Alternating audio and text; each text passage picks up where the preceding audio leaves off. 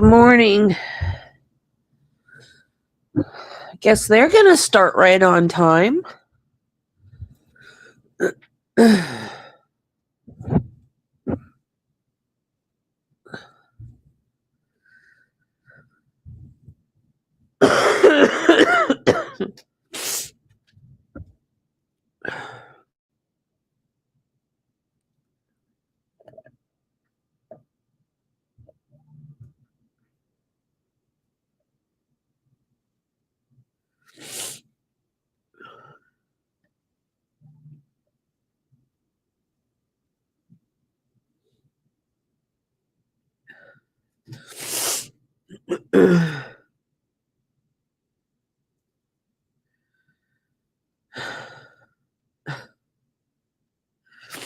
I'll be fine.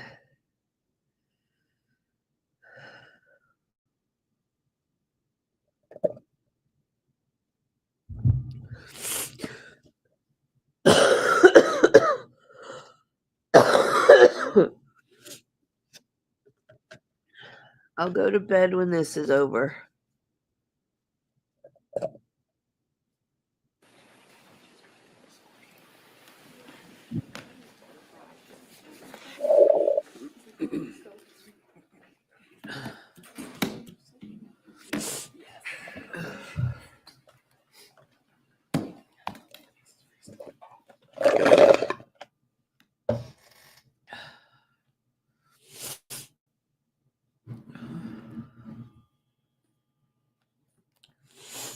Oh, thank you. All right, good morning, everyone. We're here in case 2020 CF 3014, State versus Ashley Benefield. Ms. Benefield is here present in court along with her attorneys, Mr. Taylor and Mr. Pinnell. Present for the state is Ms. O'Donnell and Ms. Friel. Ms. Benefield was found guilty by the jury on July 30th, 2024 of manslaughter with a weapon. It's a lesser included offense of the original charge, and it's a felony of the second degree.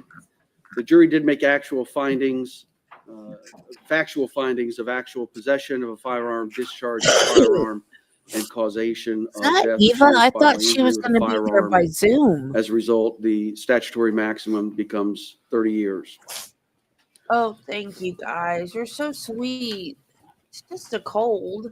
We go over what I've reviewed in anticipation of sentencing, and then the state and defense could tell me if there's anything that I was supposed to get and review that I have not. Yeah, I reviewed the information in the file as well as the verdict form. I reviewed a score sheet that I believe was provided as a part of the sentencing memo. I don't have the original from the state. If you could hand that up. I reviewed the pre-sentence investigation. And Mr. Taylor, I know in your sentencing memo, you had referenced various mistakes and inaccuracies throughout your presentation. If you want to point those out and what you disagree with, please feel free to do so. I've also reviewed the court file to watch the progress of the case and the events that have occurred. I did review the defendant's sentencing memorandum and the attachments, including case law, letters, and emails. All right, Mr. Taylor, have you had sufficient time to prepare, and are you ready to go this morning? Yes. All right. State, have you had sufficient time to prepare, and are you ready to go this morning? Yes. So the score sheet that's been handed up appears to be the same one that was attached to the defendant's sentence memorandum. It's got manslaughter with a weapon. That's a level 8 offense, 74 points.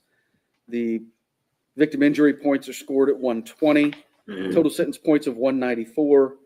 Once you put that through the sentence computation, gives a lowest permissible prison sentence of 124.5 months in Florida State Prison. Any objections to the score sheet? No,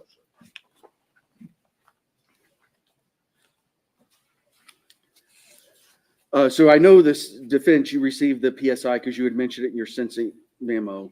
State, did you get a copy of it? I did. All right. Same as I told Mr. Taylor, if there's any objections, additions, corrections, deletions that you want to mention, please feel free to do so throughout your presentation today.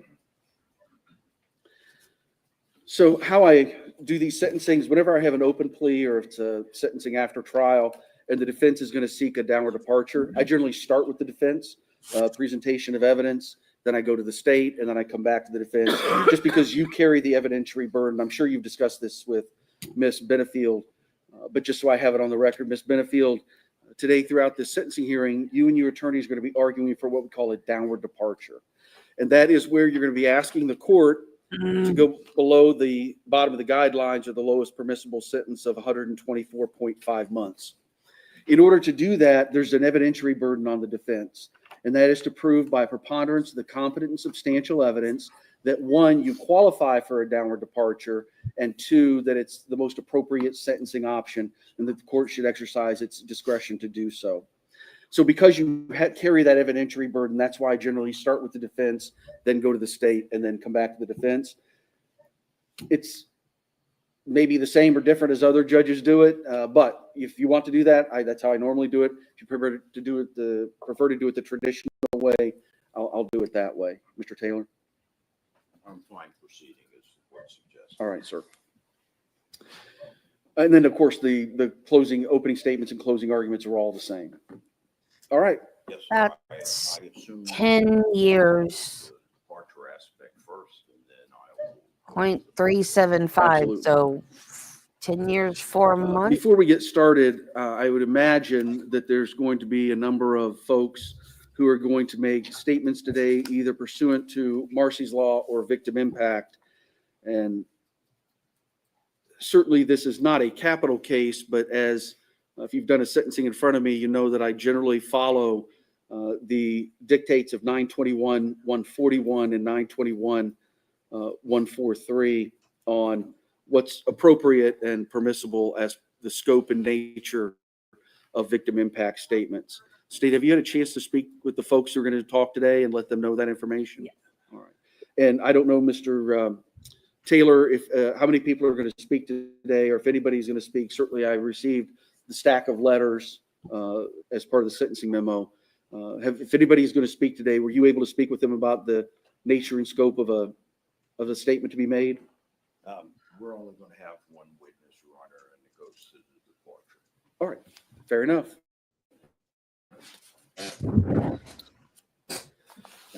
All right, with that said, any sort of opening statement, or I'm going to address you mostly, Mr. Taylor, but if Mr. Pinnell, if you're handling part of it, please feel free to let me know. Or would you like to make any sort of opening Not necessarily. statement? Okay, then I'm ready for the presentation of evidence. Mr. Taylor. We call Barbara Russell, Your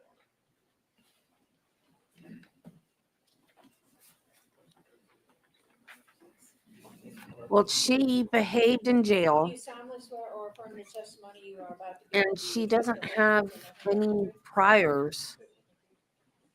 This is a totally different situation from Sarah Boone. So she could get the downward departure. Is that what it's called? As you've heard me say multiple times before, just get about 12 to 15 inches from the microphone. It does adjust up, down, left, right. If you're just speaking a loud, clear voice, we'll be able to hear everything. Good morning. Would you tell us your full name Barbara J. Russell. and tell us a little bit about your education? I have a master's degree in clinical social work. I have a doctorate in clinical psychology. And the current position that you hold employment-wise? I am self-employed. I have a clinical and forensic mental health practice How long have you had such a practice? for about 15 years. Would it be correct in addressing you as Dr. Russell? Yes, certainly.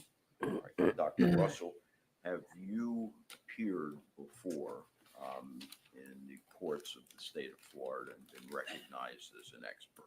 Yes.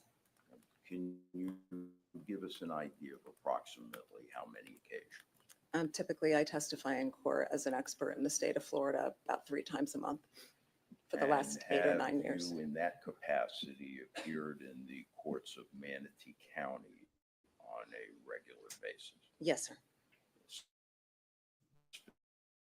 Specifically, have you appeared before Judge White in previous proceedings as an expert on? Yes, sir. I want to ask you, Dr. Russell, amongst your other specialties, are you qualified to diagnose and treat PTSD? Yes. It's one of my specialties in both my clinical and forensic practice. All right, would you tell us what PTSD stands for? Post-traumatic stress disorder. And are you also qualified, in addition to PTSD, Dr. Russell, to treat domestic violence and abuse? Yes. Can you give us an idea of your experience in the domestic violence area on behalf of both abusers and abused? I'm a nationally certified domestic violence clinical specialist. I have treated victims since early 1990 in various outpatient services, providing support groups, individual counseling. I have, for Circuit 12, provided court-ordered domestic violence intervention classes for offenders for about 8 years. Right, and among other instances, have you been involved with the Batters Intervention Program as well? Yes. I want to ask you a few questions about Douglas Benefield. Did you have an opportunity in your capacity as a psychologist to interview him? Yes. Do you recall approximately when that would have been? That would have been in April of 2020.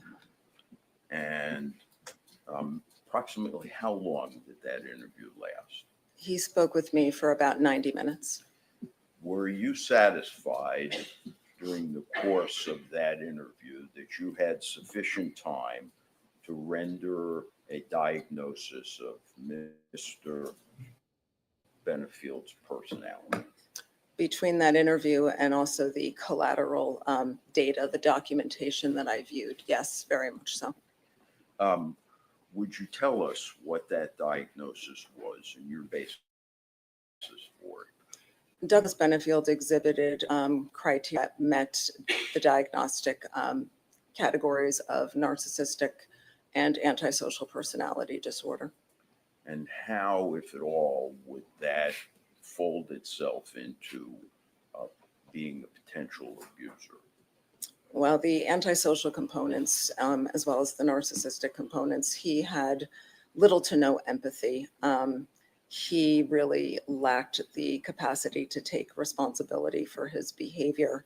He had a desire to be admired, to have constant attention. He felt very entitled and demanding to the attention and admiration of other people, whether or not he did anything to deserve it. And he had little regard for the rights of other people. Are you familiar, Dr. Russell, with Ashley Benefield? Yes. Do you have an opinion as to whether or not Ashley Benefield, as she sits here today before you, is currently suffering from any specific condition? Yes. Would you tell us what that is? Ashley is suffering from post-traumatic stress. And are you able to give us some insight into the basis that caused that syndrome that she suffers from? It's really been caused by complex trauma. The root cause all comes down to the abusive relationship with Douglas Benefield. From the time the abuse began in their marriage up until the incident of the attack that led to the shooting on September 27th, there have been multiple situations that have severely distressed. I don't know what traumatized her. Jules looks like. I've never seen her I wanna ask you before. a couple of questions about post-traumatic stress syndrome. And I'll use as an example the soldier that comes home from combat. Is there anything about this syndrome that requires or necessitates an instant response to stimuli immediately after the traumatic event? Or is that liable to happen at any time over the spectrum of conditions and circumstances that individual may experience? Symptoms can be delayed onset. So somebody can experience severe trauma in January and perhaps not exhibit any kind of reactivity to stimuli that reminds them of that, or any emotional distress for days, weeks, months, even years later. So it's not unusual to see in November somebody have a problem, or even again years later. Delayed onset's common.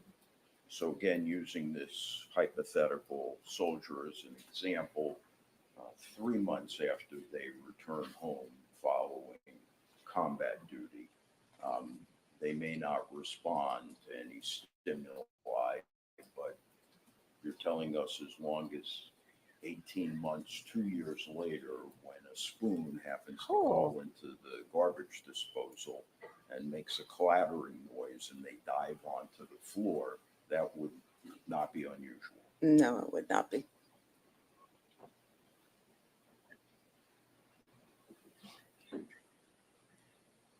Are you familiar, Dr. Russell, with the facts of this case and the circumstances surrounding the shooting? Yes. Do you have an opinion as to whether or not Douglas Benefield's conduct contributed to his death? Absolutely. Objection and proper opinion. Overruled. Yes, absolutely.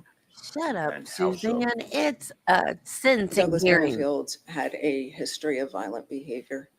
Douglas had been threatening Ashley, becoming increasingly aggressive in the weeks and days leading up to the shooting. He had been making verbal threats to her life. He was in her home. He was refusing to leave her home. He was acting in a manner very typical of Doug, only exacerbated at that time. He behaved in a manner that made her feel as though her life was in danger, that she was at serious risk of being killed or being seriously hurt. Did there come a time, Dr. Russell, when you were approached by representatives of the Manatee County Sheriff's Office who asked that specific question? Yes.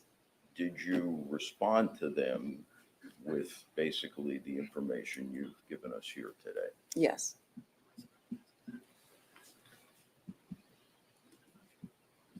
Tell us about whether or not you have formed an opinion as to Miss Benefield's psychological state at the time of this incident.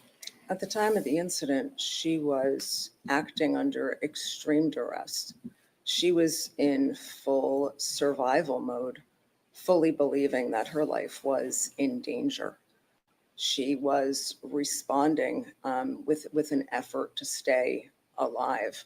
There's a process that happens in the human mind when we feel that our lives are in danger. We have to make survival decisions, and these decisions are made in fractions of seconds. Even outside our conscious awareness, we're assessing the situation, assessing our capacity to escape, assessing our capacity to fight back. And people make decisions based on what their survival brain, as I call it, tells them is going to keep them alive. She was doing what was biologically natural in a situation where somebody would feel that their life was in danger. And this was also compounded by the weeks, months, years of knowing Douglas Benefield to be violent and being afraid of him. Did you, Dr. Russell, have any opportunities to actually observe Ashley Benefield's reaction around males and the manifestation of this post-traumatic stress syndrome and her comfort level? Yes. Tell us about it.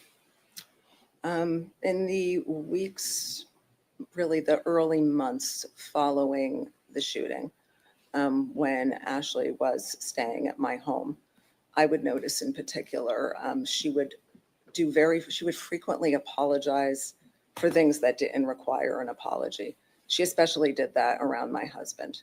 If she was in the kitchen making a protein shake in the morning and he came in to make coffee, she always felt like she was in the way. She was always very quick to say she was sorry. to kind of flinch or pull back No in a Adam's manner apple. that was just completely So I don't think so. appeared to be unnecessary based on the situation. You know, there was never any indication from him that she was being bothersome in any way. But she had an expectation that she was going to get yelled at or that somebody was going to be mad at her. I had noticed another occasion. My son had stopped by our house in the evening. It was dark unexpectedly. She looked out the window and saw a male figure approaching. And she came screaming through the house saying, someone's here, someone's approaching the house. She was very hyper aroused and reactive to situations, particularly with men. Your Honor, I don't believe I have any further questions for Dr. Russell. Cross? Are you familiar with something called histrionic personality disorder? Yes.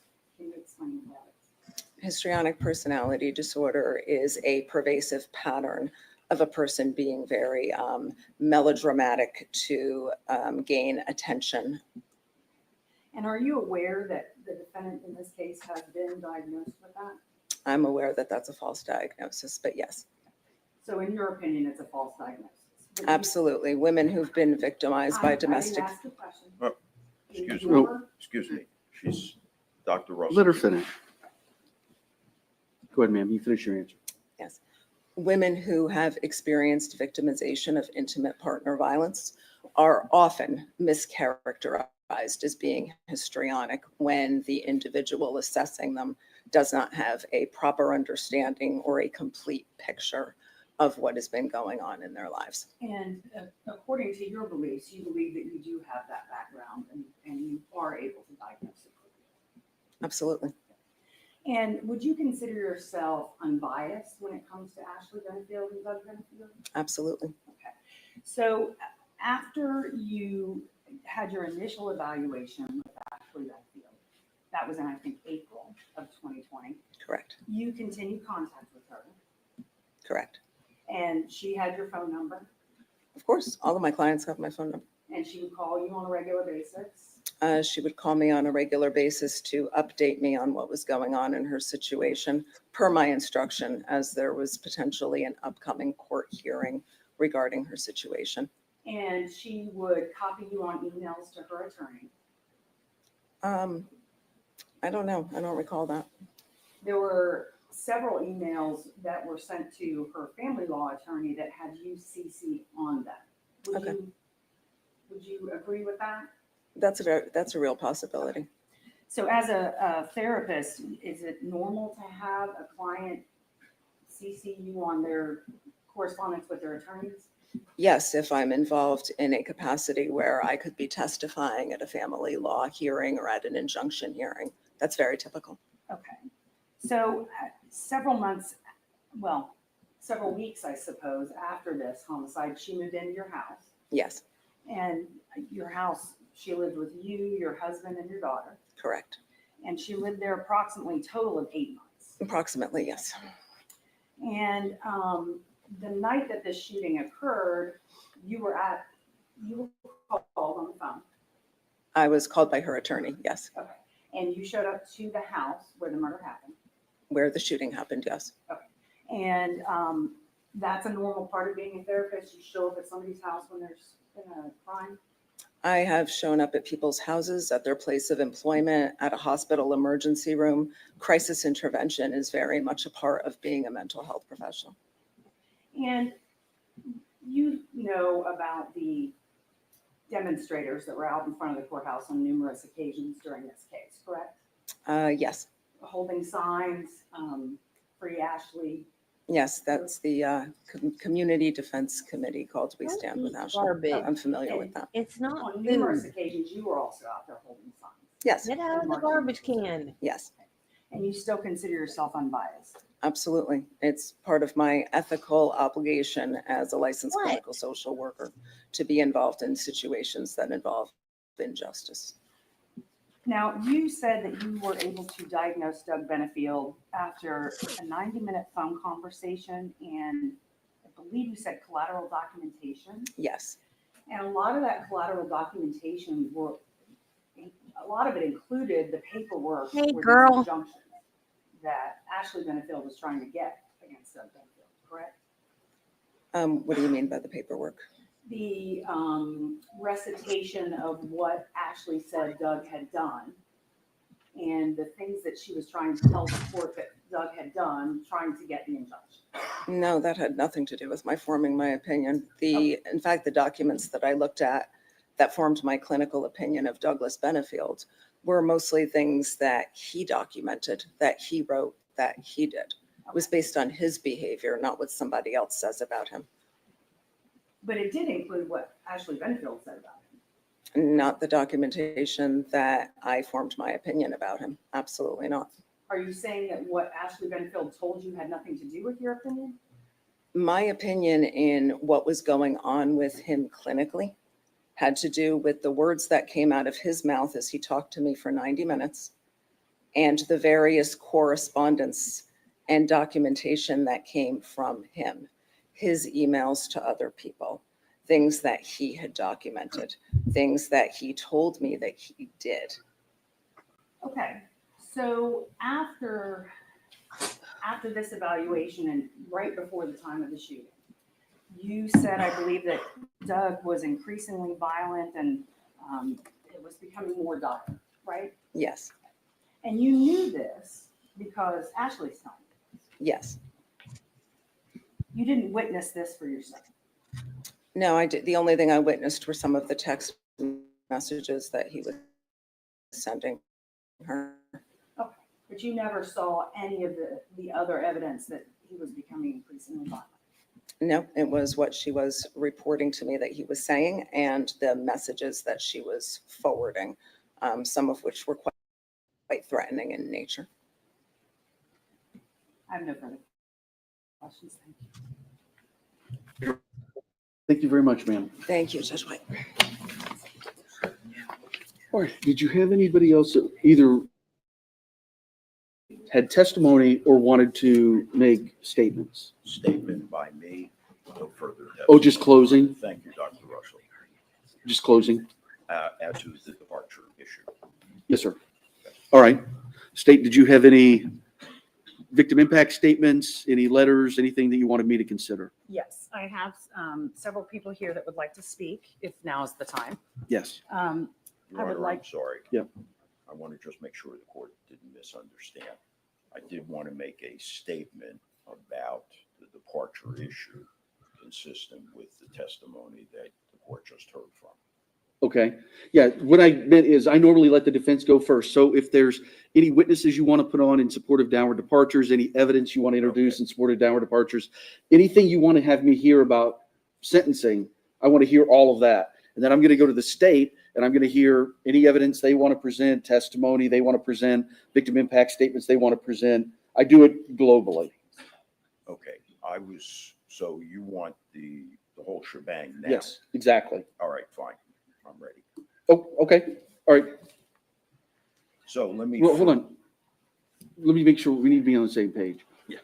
At this point, I'm still in the evidentiary portion. So if there's anybody else, if there's any other letters, cards, statements, other information you want me to consider, if there's any statements that any witnesses want to make here in open court in support of Ms. Benefield, I'll be happy to hear all of that. If it's argument in favor of the downward departure, I will hear that after I hear from the state and their witnesses. Okay, and that was my initial understanding.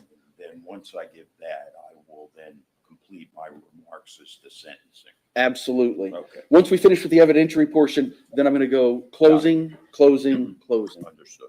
Thank you, Judge. Yes, sir. Absolutely. All right, state. So the first person, Judge, is Dave Benefield, who is Doug Benefield's brother. Thank you. And I am going to have them sworn in. Oh, I'm sorry. Even if it's a statement, they'll be sworn in. Do you solemnly swear or affirm the testimony you are about to give will be the truth, the whole truth, and nothing but the truth?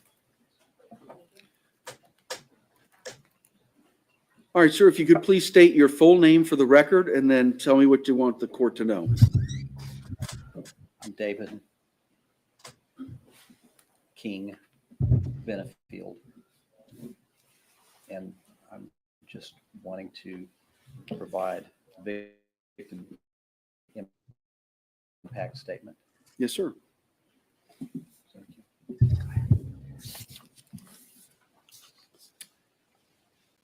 I want to thank you for your excellent and just governance as you presided over this trial.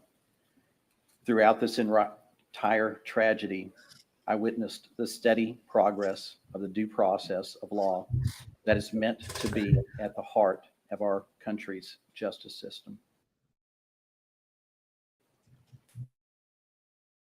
To you, to Manatee County, to the entire sheriff, and to this heartfelt appreciation. It is impossible to convey the depth of loss and grief that I feel daily at the death of my brother, Doug Benefield. On Monday morning, September 28th, 2020, Eva Benefield, my 19-year-old niece, called. She worried that she had not heard from her dad. He was not answering calls, which was very out of character for him. And soon after, I received a phone call that my It brother was was dead. self-defense.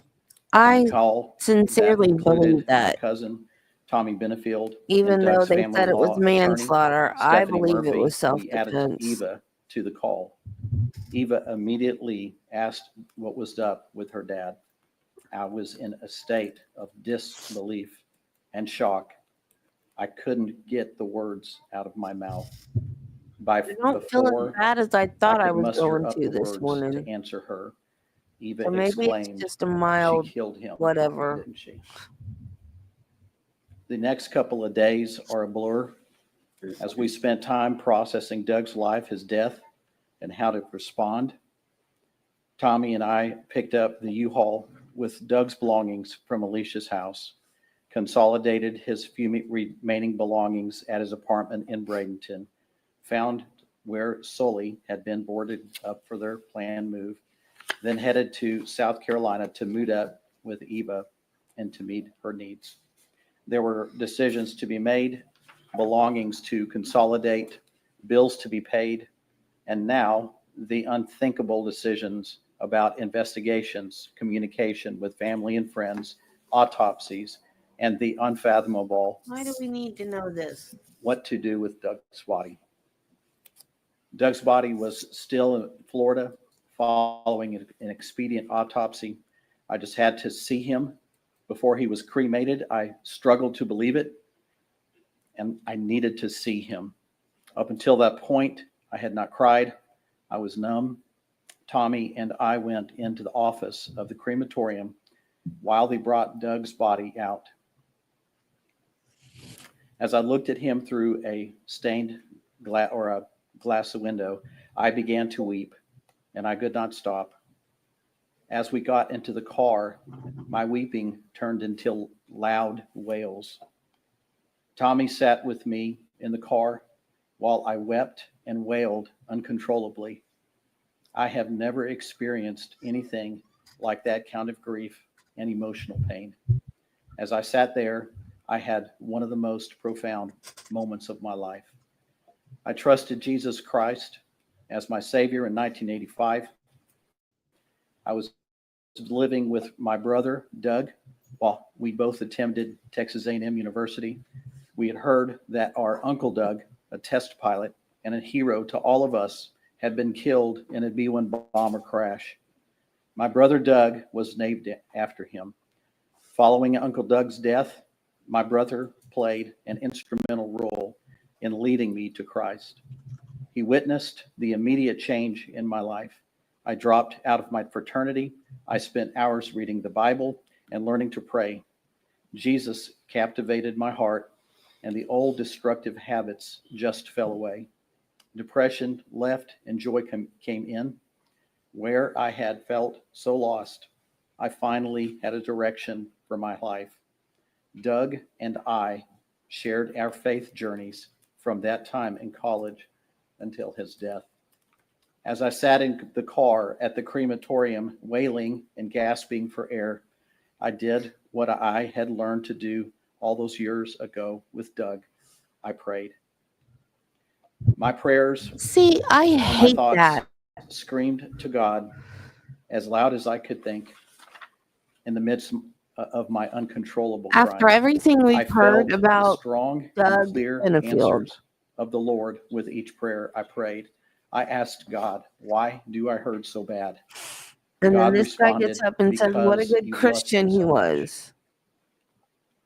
Why did I love him so much? God's response was a series of images and memories And then that that came makes flooding back Christians in look rapid bad succession. I remembered him letting go of the sissy bar on my because first bike people that ride aren't without Christians training don't wheels, and understand that laughing as he Christians aren't shouted, perfect. They "You think can do Christians it. are supposed to be Just keep perfect, pedaling." I remembered his and we're encouragement not. at my first high school wrestling match. He was a very successful athlete and was always a state contender in wrestling. I was hyperventilating at my first match, and he was there to encourage me and help me overcome my fears. I remembered him taking me to a New Year's Eve jazz concert in Austin, Texas, during my first Yeah, year in college. He I knew I don't like didn't these kind have of the money, victim impact and he paid statements. for everything. I remembered even the little things that he made so special on that trip, like my first bagel covered with cream cheese and jelly when I didn't even know what a bagel was. To this day, You don't need every like your whole time I history eat a with this bagel person. and cover it with cream cheese and jelly, I think of him. I I remember mean, his designer shirts that he let me yeah, wear, we get it. He's your his coaching brother. comments after my first fraternity meeting Am as I being president, the insensitive? bedroom he built I'm for me sorry. in a closet in our condo at Texas A&M, him gently but firmly correcting me after breaking his prized car when I took it out for a midnight joyride. And I remember my first cup of coffee in college that he made for me, and on and on. While these images were flashing through my mind, I heard the Lord impress me with this thought. You shared so many of your firsts with him. And the conversations with the Lord went on for quite some time. Why do we grieve with such pain? It is because of the glorious privilege God gives us to love deeply. I lost my dad to cancer at 12 years old, and my mom several years prior to Doug's death, but nothing hit me like this. God blessed me with two great brothers, and Doug, 2 years older than me, was such a gift to me. He was truly a hero in my life. Every day, I feel a kick in the gut from the loss of my brother Doug. I have spent hundreds of hours going through his well-kept records, literally tens of thousands of pictures of Ashley and Emerson, emails and texts, as I have ordered his affairs and tried to find anything that would explain what happened or that corroborated Ashley's version of the events. Rather, what I have found in his journals, his extensive emails, and meticulous records was a man with his heart set on loving his family well at all costs. I grieved Doug's loss so much because I loved him so much. I keep thinking he's He was done, and then he strong, keeps talking. but he never used his strength to hurt people. He used it to serve and to love and to love and help people.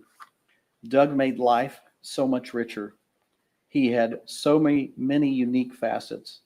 He was an amazing artist. He was a defender of the weak, a visionary, a strength that would comfort you, not concern you, a laugh that made everything seem okay, and a way of including you that made you feel deeply loved and appreciated. He generously shared his discoveries of the beauty of life. When I was with him, everything seemed so much more exciting and hopeful. His friendship humbled me. His giftedness amazed me. His kindness comforted me. His strength strengthened me, and his passion for life inspired me. Doug was patient, almost to a fault. He hoped and he trusted deeply in the Lord with an unshakable optimism. He graciously endured so much suffering on behalf of the others, as was witnessed in his astounding patience with Ashley. He genuinely believed the best about others. This can come across as being naive or gullible, and our weakness, that is certainly a danger. This can also make you an easy target for people, but it is truly a great way to live. I will never forget talking to Doug on the phone the first time I heard about his relationship with Ashley and the hope he had for their future. He eventually told me of his hopes for their marriage, their daughter, and all the endeavors they dreamed of in their future. I could not have imagined a more horrific ending to their story. I knew my brother intimately. Doug was absolutely not the monster Ashley alleged him to be. He was the complete opposite of what the defense presented. The primary evidence against Doug was his sworn testimony in family court, where he admitted to actions he deeply regretted that occurred on a single day, 3.5 years before Ashley killed him. The defense presented a slander campaign based upon gross exaggerations of Doug's own testimony and unverified allegations from Ashley. Doug patiently endured Ashley's verbal, emotional, and legal abuse for over 3 years and was still willing to reconcile with her, even serving her up until the time of his death. The month before Doug was killed, I spent 4 days with him in Mount Pleasant, South Carolina. He expressed to me his desire to help bring healing to Ashley and her mother from the trauma that they had experienced in the past. Doug realized he might not be able to salvage the marriage. He was resigned to being a single father and working with Ashley to care for Emerson. He was not angry or bitter, but filled with mercy and resolve to make the best of the situation. That was the brother I knew. His love and compassion for his family was unshakable. Ashley, I want you to know that I forgive you. You have caused me the greatest loss that I have ever experienced, one that almost daily causes me to completely stop what I am doing and weep from the overwhelming loss I feel. Doug touched every part of my life, and I can't process this senseless tragedy. But as Christ has forgiven me for my wrongs, I also forgive you. I do not hate you. I grieve for what your actions have and will cost you. It is again the exact opposite of what Doug sought for you and for Emerson when I think of you. I pray for your healing, the healing of your family, and for God's grace over Emerson as she grows. This is the very same thing that Doug told me was his desire for you 7 weeks before his death. Little did you know that the man that you sought so aggressively to get out of your life was a gift to you, who had counted the cost to love you no matter what the cost, even his life. I found out after his death that there were many people who strongly encouraged him to leave you, even some who expressed concern for his life. But he would not give up on you. Ashley, Doug's love was but Doug's love was but a fraction of the love that God has for you. And I pray that you will experience God's forgiveness and mercy that only comes by knowing Jesus Christ and his cross and truly believing in him.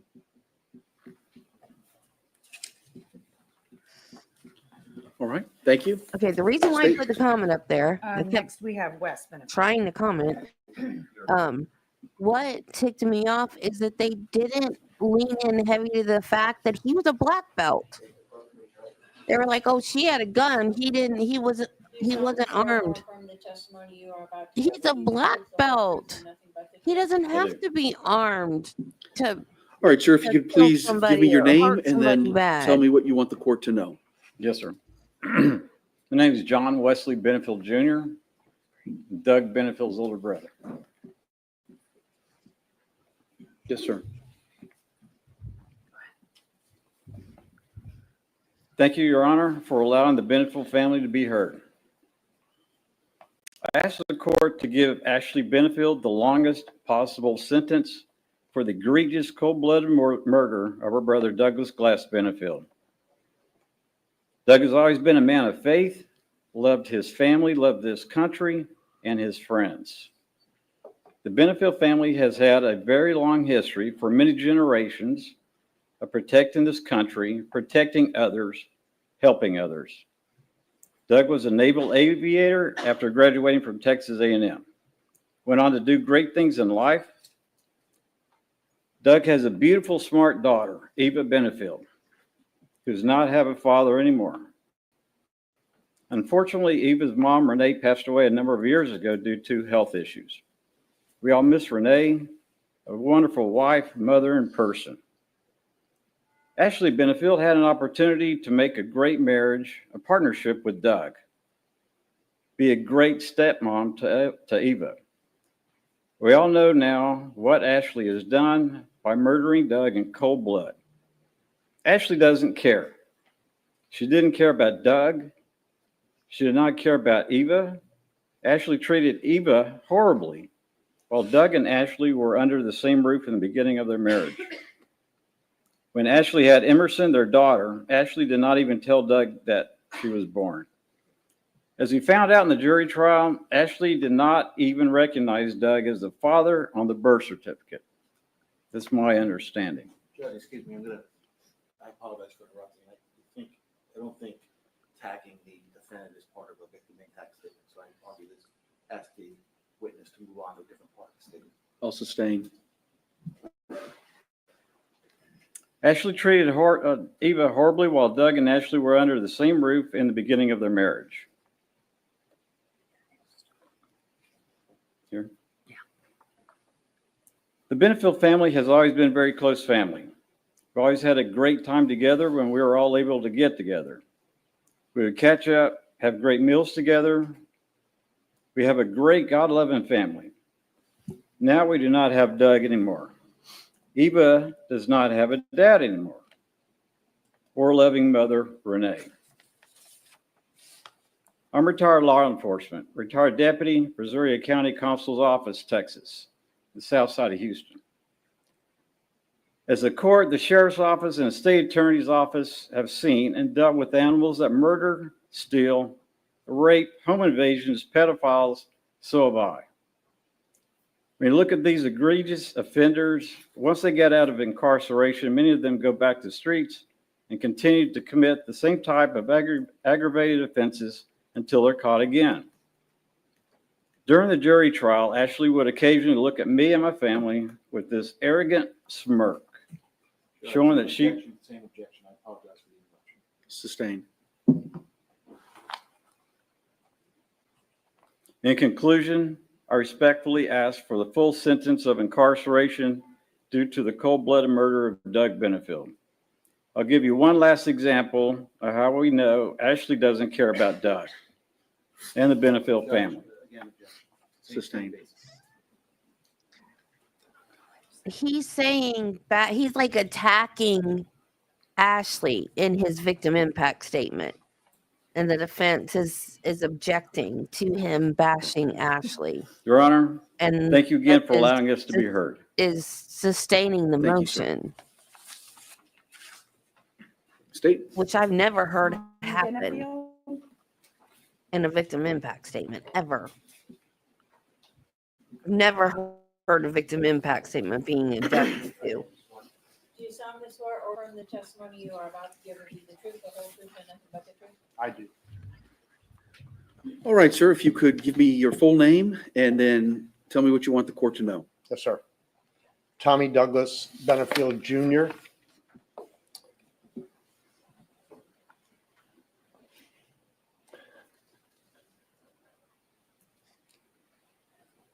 I had one younger brother, but my relationship with Douglas Benefield was even closer than that. Douglas was named after my father, a very famous Naval Air Force aviator, test pilot, combat veteran. And Doug followed in the footsteps of my father, much the way many of our Benefield family did. We heard from the expert who spent 90 minutes with Doug, but I spent 59 years with Doug. We knew him much better than any 90-minute expert. Before Ashley was born, Doug was a graduate of Texas A&M in biology with scores high enough to get into medical school. Because Doug was raised in a very middle-class family, did not have the money or scholarships like today to go to medical school, he chose to go into the Navy program that I helped Not a sponsor good him time to be into, saying I'm from which a led to middle-class him family. spending 3 combat tours off of Not aircraft saying. carriers in the Western Pacific and in the Middle East. Doug was both a naval flight officer, meaning that he was a warfare officer, aviation warfare officer, and he also flew the airplane, which was unusual at that time, but something that he could do, like many other things. In 1992, he went through 1-year training as an intelligence officer for the U.S. Navy and eventually for the Defense Intelligence Agency. During all those trials and tests in the Navy and in the intelligence plans and purposes, Doug was always tested to the highest levels to make sure that he could withstand the stress of combat, the stress of life, and separate those two things well.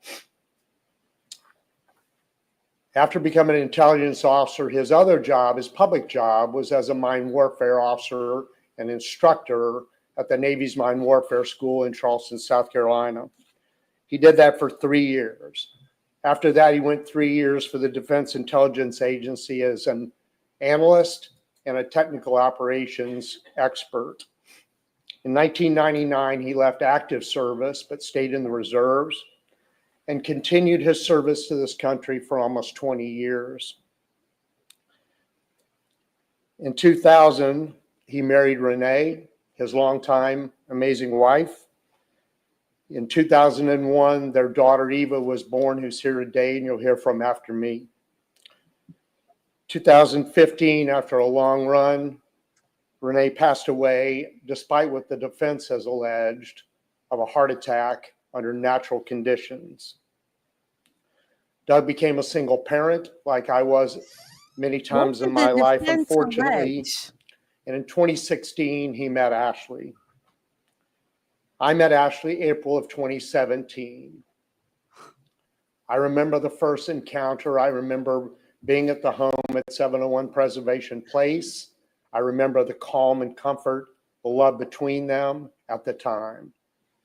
But a few months later, Ashley separated from Doug under one purpose, saying that she was having trouble with her pregnancy, but with ulterior means. And that is the history that we know through this process.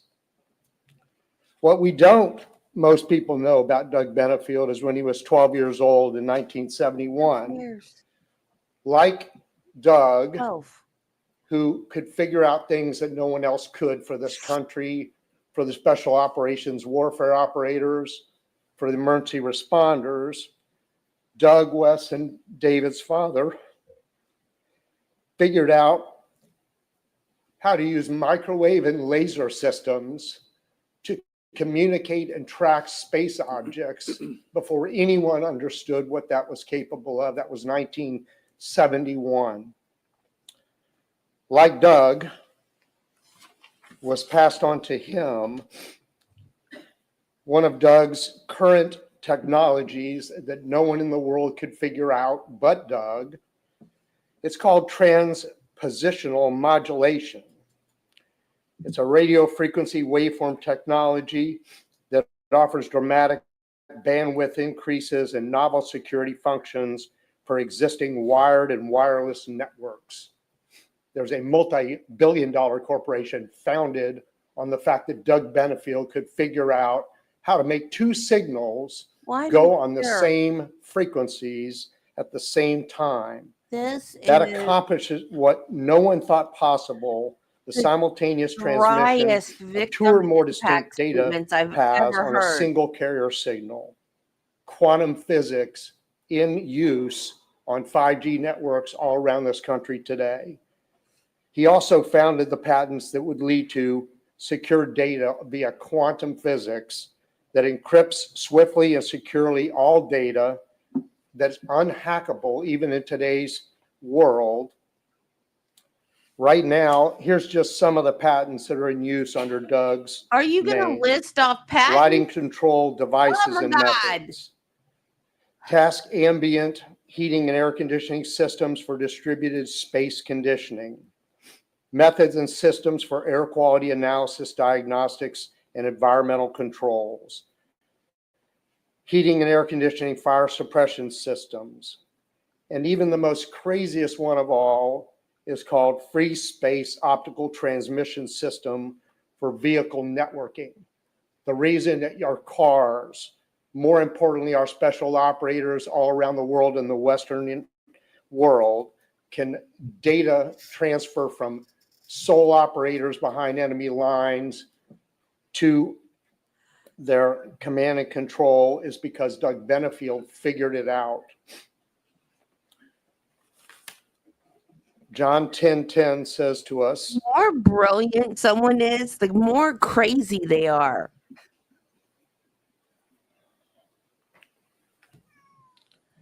the thief comes only to steal and destroy, as opposed to Christ, who's come that they may have life and live it to the full.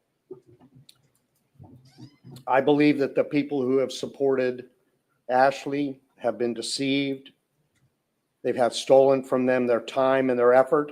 Exactly. That Judge, under to object on the same basis, it's not a proper victim. Sustained. there's been no question in my mind or in this court under the stand your ground hearing, which was found that Ashley did not have a self-defense enough to reach that threshold, that she stole from Doug. There's no question that she killed Doug. Judge, same objection. I'd ask the state to direct the witness to give appropriate victim impact. Judge, I would disagree. It is allowed that the victim's family can make statements about the defendant. I understand if the defense is asking that they not, make broad Characterizations and opinions about the crime, the defendant, and the appropriate sentence shall not be permitted as part of a victim impact evidence. I'll take care of that, Your Honor. I'll Yes, make sure. Thank you. And you're reading that from? 921.141 sub 8. How I started this sentencing hearing was, this is not a capital sentencing. However, when I do sentencings, I think those are good guidelines to use in formulating the nature and extent of a victim impact statement. No problem, Sure. sir. I'll wrap it up and I'll be careful. Sir, tell me everything you want to know. The victim impact evidence is designed to demonstrate the victim's uniqueness as an individual human being and the resultant loss to the community's members by the victim's death. Yes, sir. I believe I've done that so far and I'll finish it with that, sir. what saddens me personally is the loss of Doug to our family, to Eva in particular, who has no parents, as she said and demonstrated. The worst part of it is that there's a 6-year-old that will grow up not knowing the man that we've known all of our lives.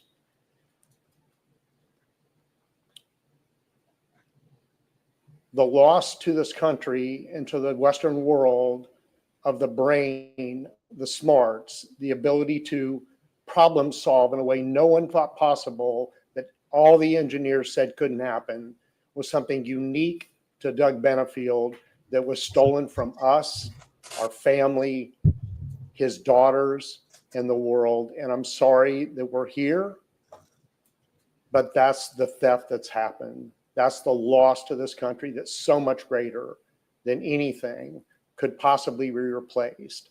I personally, our family asks for a minimum of 25 years and the maximum of possible of 30 years, Your Honor, due to the grievous loss of killing Doug Benefield by Ashley Benefield.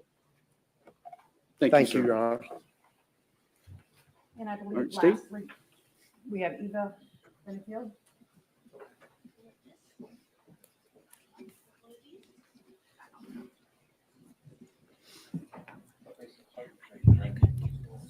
Do you solemnly swear or affirm the testimony you are about to give will be the truth, the whole truth, and nothing but the truth? I do.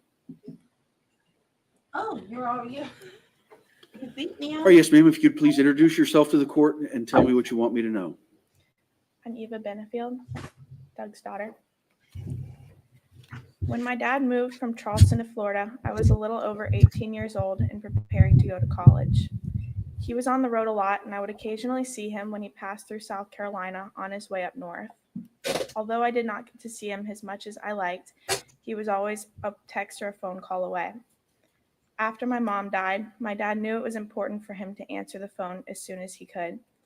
He was out of town when she passed, and I had been trying to call and text her after school for what felt like hours of waiting in the carpool pickup line.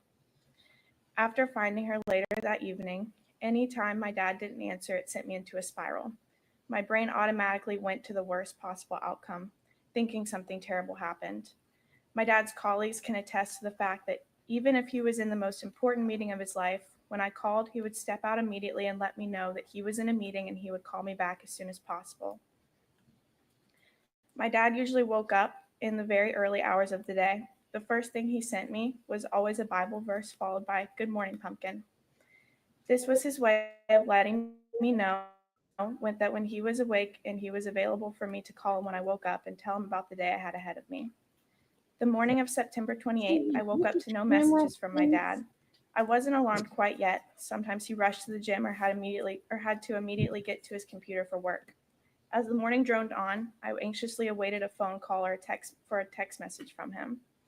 Around lunchtime, I began Googling about traffic accidents in Sarasota, Florida. My friends told me, I told my friends I was worried, and they let me know I had nothing to worry about. 9:24 a.m. Good morning. 10:42. Hello. 10:43. You're kind of scaring me. 11:20. You should definitely text me so I know you're okay. 11:48. I'm about to text Ashley. 11:49. Just kidding, I don't have her number. 12:03. This is freaking me out. 12:55. Please, please, please answer. 12:56. Great, now my texts aren't going through. 12:57. I hate this so much. It was about an hour later that I received a phone call from my uncles that my dad had been shot the night before. Oops. Is he okay? I asked. My uncle responded with a hesitant no. My next question before hanging up the phone was, she did it, didn't she? Ashley, since the day you shot my father, I have only had one question to ask you. Why? Why did you end my dad's life knowing he was my only living parent and the only person I could confide in and count on for everything I needed as I turned into a young adult? Why did you willingly take away your daughter's father, knowing the consequences of your actions would leave her without either parent to help her navigate through her own life? You somehow managed to orphan not one, but two young girls. Unlike Emerson, I am fortunate enough to have known my dad for a full 19 years before you ended his life. He taught me how to paint. He attended every extracurricular activity I had. He took me to dinner on Valentine's Day. He drove almost an hour out of his way every day to drop coffee off in the school office for me and my friends. When he was in too much pain to surf with me, he would sit under an umbrella on the beach all day during the hottest months of the year. He would cut fresh flowers from the garden every morning See, before my mom woke this up and left them on her bedside table. this is While what I a ran in the victim mornings impact before statement is school, he supposed cooked to be. breakfast so it would be ready on the table when I got home. Every Saturday, we made oatmeal cookies together. Every Sunday, we would go to church and get a coffee after. When he Talking moved about into the my childhood things home, that I watched my he dad took fix the door away frame with from a me crack in by it so my killing neighbor that had to knock the person. door down to get into the house after my mom died. Not, oh, he I did watched my this. dad paint over He every has all memory in these every corner of patents. that house. He went to Changed the school furniture, rid here. the house of every bit of my mom that was He left so you accomplished enjoy this life and without that. remnants of my That's dad's not late a life victim and impact soulmate. statement. I had to come home from school to see you barely clothed, sitting on the countertops my mom used to cook our family dinner on. I had to live in a house stripped of memories I still cling to so I can remember the happy childhood my parents gave me. Not only did you make my home nothing more than a house with 4 empty walls and a roof while I was grieving the loss of my mother, you tried to bring my mother's sweet spirit into your soulless world by spreading lies that she was killed by my own dad. You got medical records pulled, and you were moments away from getting her removed from her own grave. Apologize for interrupting. Same objection. I don't think the fact of the defendant is appropriate victim impact statement. Sustained. When you left my dad the first time, I Okay, watched I his agree face with as that he part. read the letter you left on the bed for him. The house was quiet that day, and while I felt sorry for my dad because I saw the pain in his eyes, I was secretly excited to have my dad back. Sorry, Those guys. few months that he received nothing but radio silence from you, I was able to finally regain the relationship we once had. Things finally felt normal again. Easter weekend of 2018, my dad insisted that I drove to Florida with him so I could enjoy Easter Sunday with my half-sister. The night before Easter, you and Alicia pulled me aside before dinner to try and convince me that my dad was a monster, that he killed my mother, that he was evil and I was unsafe. The next morning before you brought Emerson over to open Easter baskets, my dad could tell something was off. Shut. Same objection. I can see two ways this could go. It could come back around. I don't know where it's going. I don't know what the next statements are. If the next statements contrast that with with evidence designed to demonstrate the victim's uniqueness as an individual human being and the resultant loss to the community's members by the victim's death, then I'll overrule the objection. If not, I'll sustain.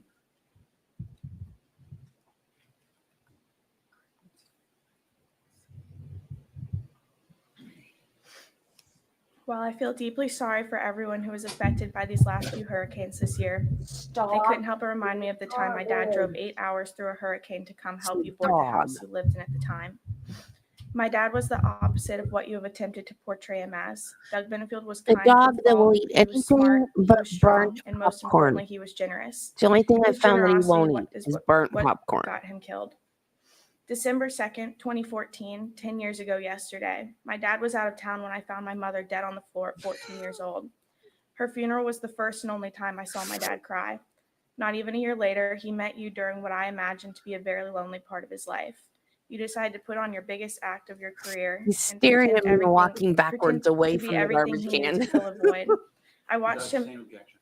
Again, And Judge, I think she can talk about her dad and how he took this in and was kind.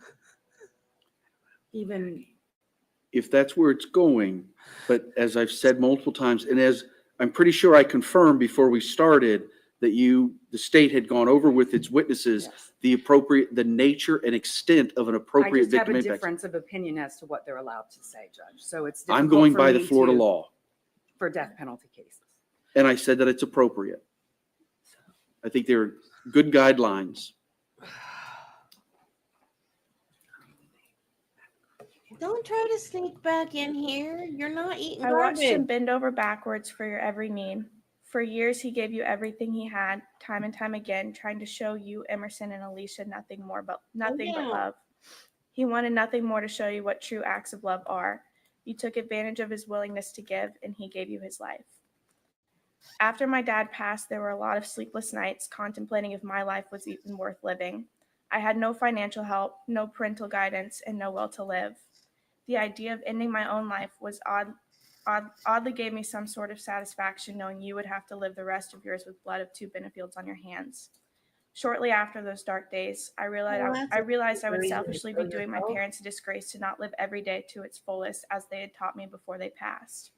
I also realized that not only would you not care if I was dead, it would probably be beneficial to you. I'm the only one who can speak truthfully on behalf of my father and fight for his justice. While the grief of my parents will always live within me, what hurts me the most is not the thought of not having my dad anymore, because I will always have him around in spirit as I continue to implement the lessons he taught me during my adult years. What breaks my heart the most is thinking about how he found you at such a vulnerable part of his life, gave you everything you asked for. After you shot him while he was unarmed, he laid there bleeding out, unable to speak or to breathe, completely helpless and dying alone. Come on. All right, thank you, ma'am. Thank you. State, did you have any other victim impact statements? No, Judge, that's it. All right. Any other evidence that you were going to submit? Any letters, documents, anything? No. Okay. Rebuttal evidence or statements? Or just argument? I have some arguments. Okay, so I'm going to consider the evidentiary portion closed. We're going to begin the closing arguments. And so we're going to go defense first, then I'll go to the state, then I'll come back to the defense for rebuttal.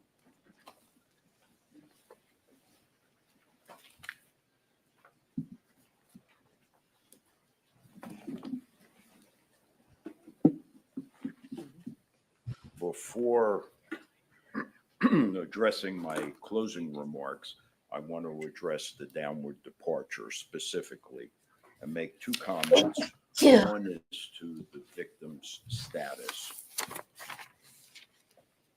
I want the court to recall the independent evidence that was adduced at trial, for the moment excluding Ms. Benefield's testimony.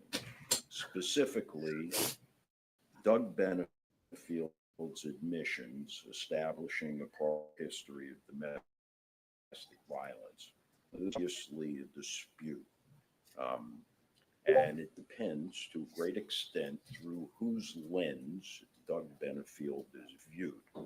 Perhaps the truth is best found in the testimony of independent witnesses, because family who love Doug Benefield Thank you, Judy. sees him in one light. And It is freezing in independent Florida. witnesses see him in Literally. I mean, different there's light. ice on the road. So we not only have the admissions that did not come into evidence at trial, but I know that the court is aware of, and of course, this being a sentencing. Thank you, guys. The formal rules of evidence are not applicable. And in those admissions, I have the heat on. I'm still Doug freezing. Benefield not only admitted to various acts of domestic violence, I don't think an act such as firing a firearm in the kitchen of a home into the ceiling, specifically acknowledging So no one's that going to you did it testify for to her? intimidate your wife into Her mom's not stopping going to say, let her, is the kind has of a act daughter, that one is able to say, or he doesn't have gee, anybody? In hindsight, I've thought about it and I was wrong. Forgive me.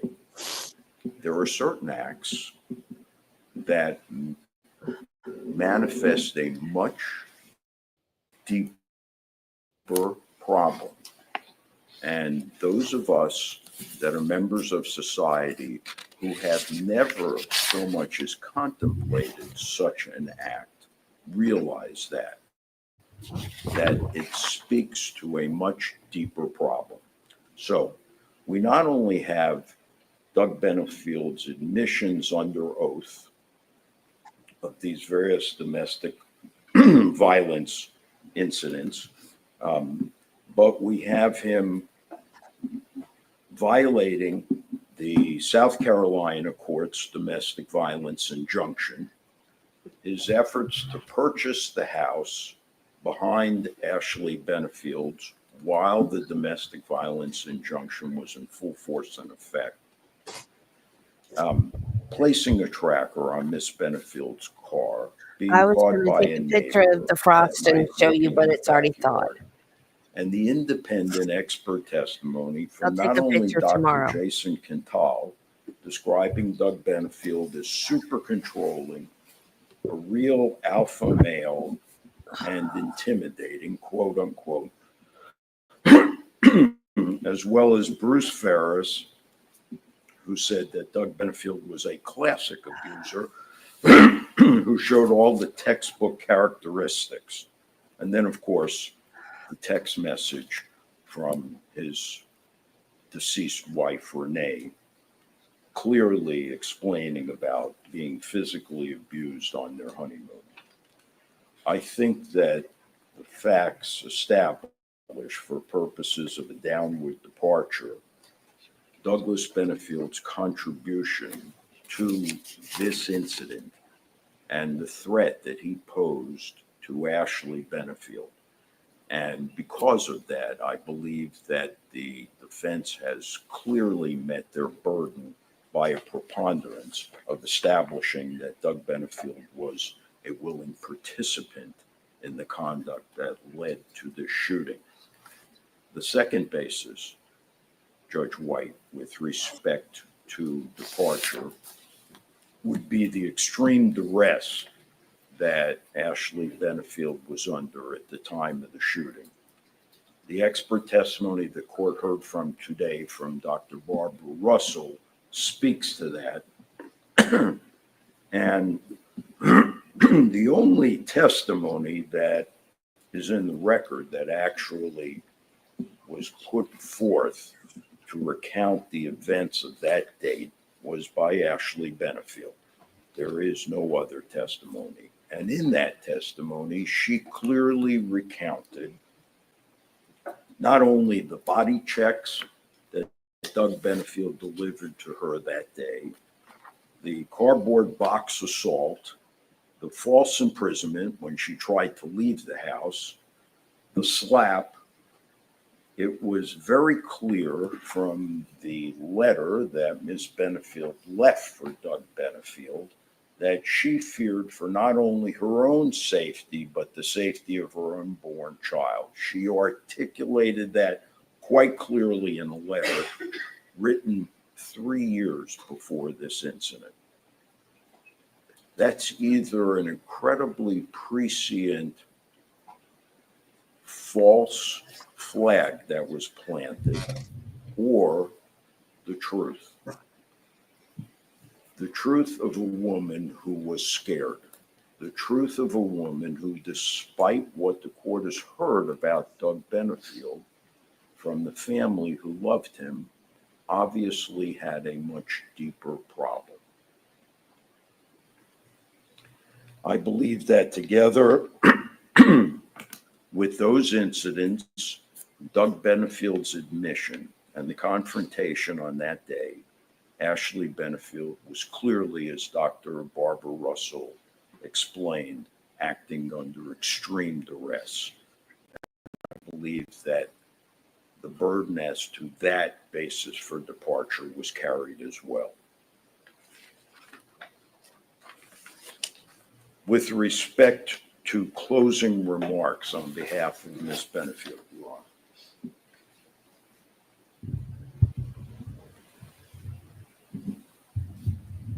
Hillary, are you literally sitting on your porch with it snowing, drinking a nice coffee? I hope the baby is I want to make it very, very clear either that bundled despite the very good or exposure in the that Ms. house. Benefield faces to the court's potential sanction, she adamantly maintains her innocence, that she acted out of fear for her personal safety and shot Douglas Benefield in self-defense.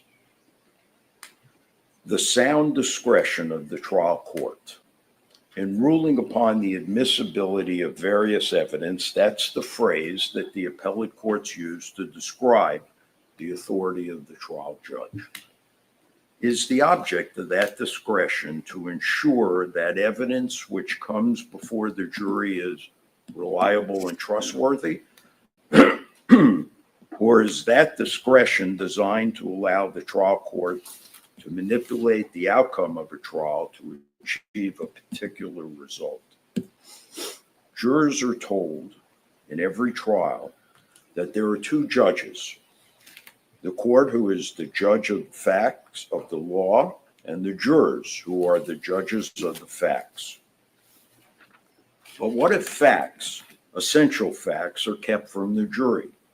What if the court, rather than using its discretion to ensure the evidence is reliable and trustworthy, instead uses its discretion to undermine the effectiveness of the defense, to retard their efforts, to water down the impact of their position? Respectfully, that is precisely what we believe occurred here. Ms. Benefield was deprived of a fair trial, Judge White. Despite that, she was still acquitted of murder. Further, we believe that had the facts been put before the jury, Ms. Benefield would have been found not guilty. What then is our basis for that proposition? Let's start, if we can, with the court's order denying our stand your ground motion. Judge, I'm going to object to going over the court's rulings being wrong. I don't really understand the significance of this in a sentencing. These are past orders and we don't need to rehash them. You disagree that they're correct. All right, what's your objection? What, improper argument? Improper argument. Sir? I believe, Your Honor, this is a sentencing under the rules of criminal procedure. We have an absolute right to address the court. I deliver my remarks not out of disrespect, but of counsel for a woman who faces 30 years in prison for a crime that she adamantly maintained she did not commit. Overruled. Thank you. In the court's order, the court stated that this was instead the culmination of a lengthy, concerted effort by the defendant to eliminate the victim from her life and the life of their child. When the defendant's efforts to enlist the assistance of law enforcement, child protective services, and the judicial system failed, she took matters into her own hands, as she told Dr. Broder she would. So what happens with that statement is that we take the deposition of Dr. Broder, and I asked Dr. Broder in that deposition, What did I do? I hit the now wrong that would button. make your statement incorrect, would it not? And I'm specifically referring to Dr. Broder's statement that Ashley told him she was going to have to take matters into her own hands, thereby insinuating she shot Doug. And Dr. Broder's response was, in terms of that quote from the report, yes. I then asked, so based on that, those would be your words, not Ms. Benefield's, correct? And Dr. Broder answered, in the testimony, yes. Question, all right. And your comment referred to Ms. Benefield's decision to seek help from the Maryland authorities, did it not? Answer, that was her I'll be plan, 56 yes. this month. What's troubling is that Dr. Broder's testimony at the Stand Your Ground hearing then was at best mistaken and at worst a false implication to mislead this court. And the court bought it because it Can I said, show his picture? just as she told Dr. I have Broder all of them. she would.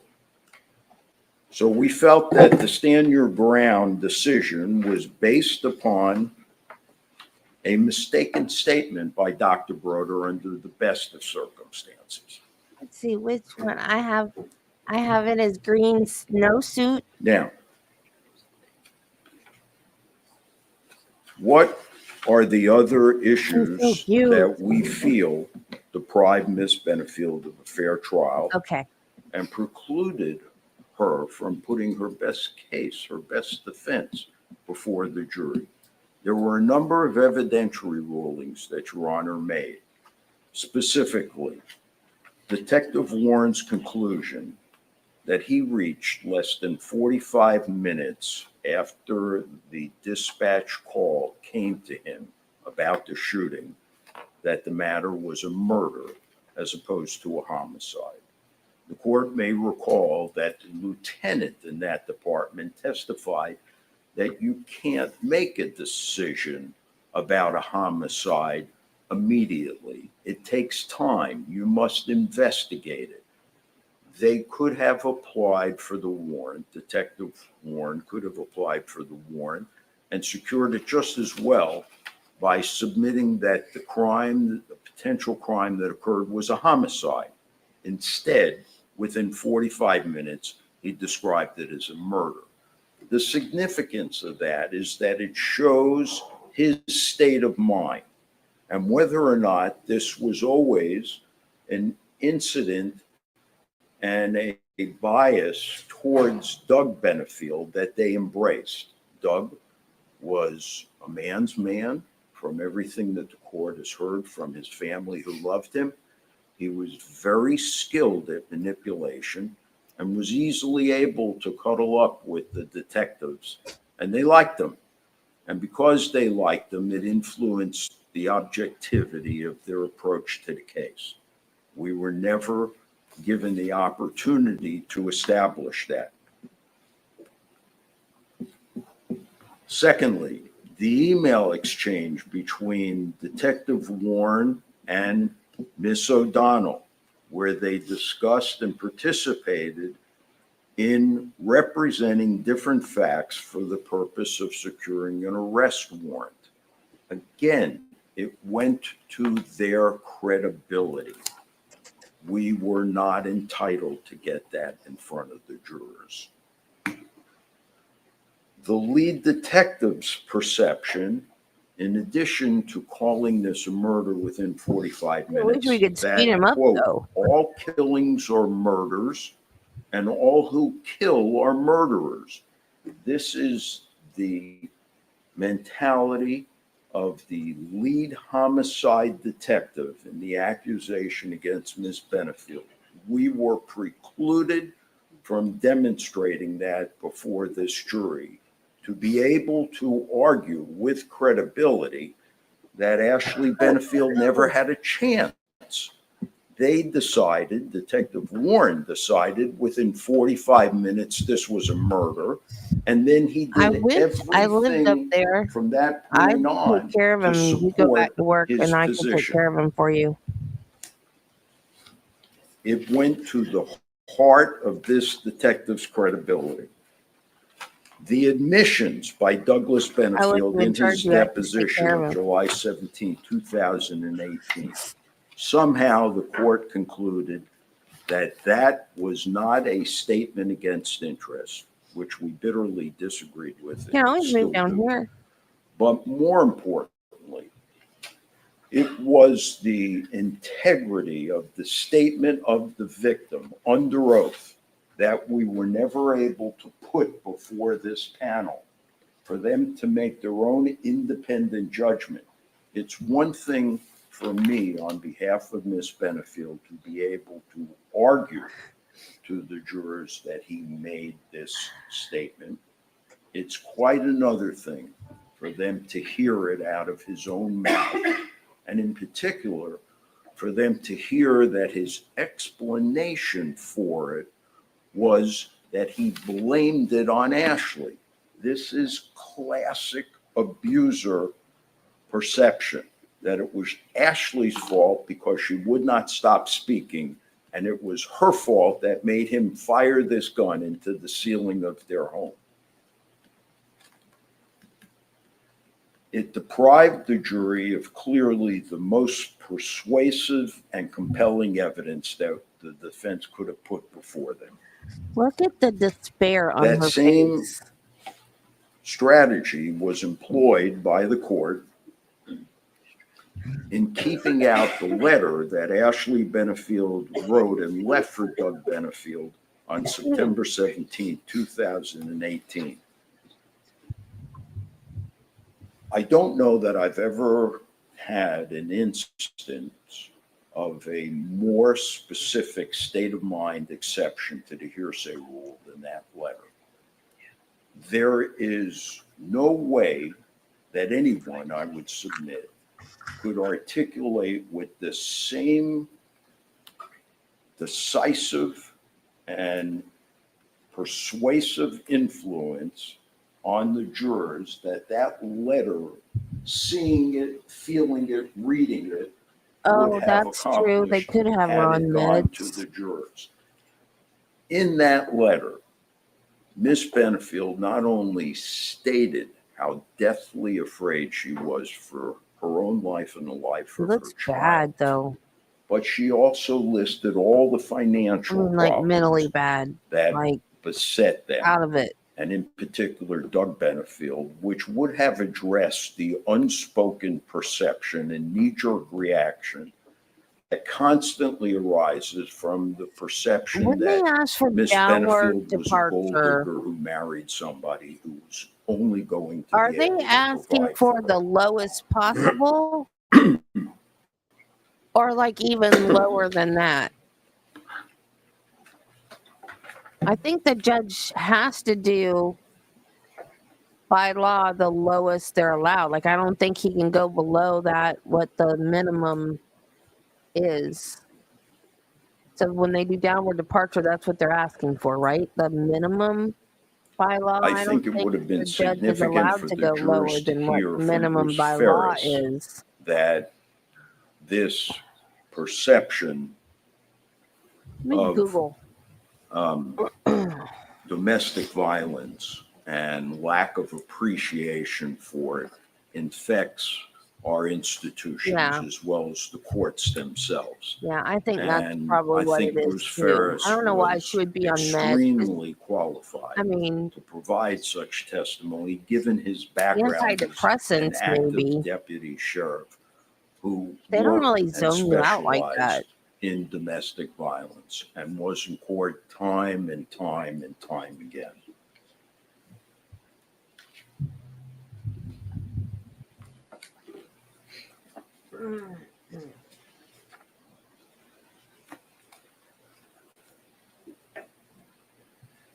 We had an instance where both parties agreed and the court approved for a cutoff for motions.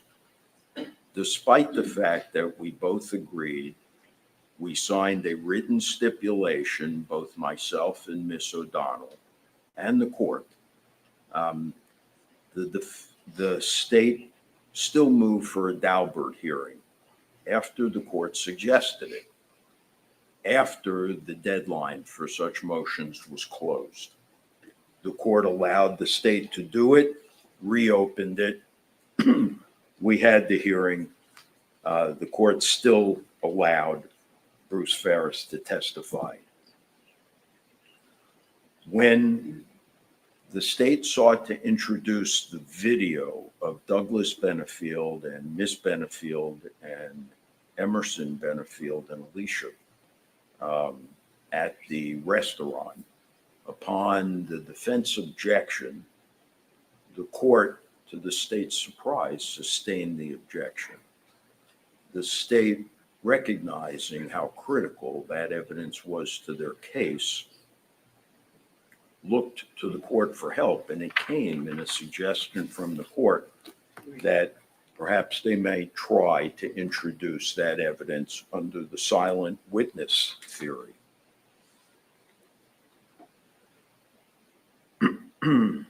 Inexplicably, another piece of evidence that was kept from the jury was the DNA evidence. Despite having filed a notice of disclosure of intent to introduce business records declaration, the court prohibited us from introducing the DNA report, which showed that Douglas Benefield's DNA was in fact found on Ashley Benefield's arm and hand, which would have corroborated Miss Benefield's testimony that she initially tried to flee her home only to have Douglas Benefield grab her, spin her around, put his own back to the door of the home, and refuse to allow her to leave.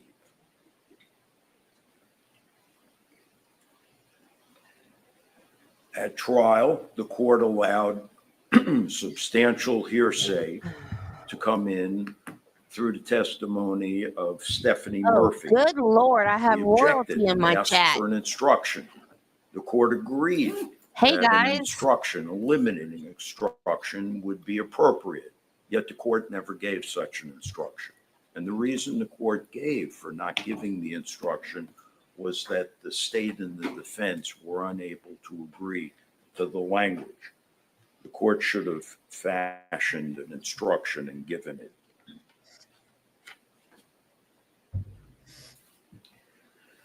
The court allowed Detective Christopher Gillum to I'm testify talking about both of y'all. to his various interactions with Miss Yes, this is in Benefield, and in Manatee County. particular, Miss Benefield's response.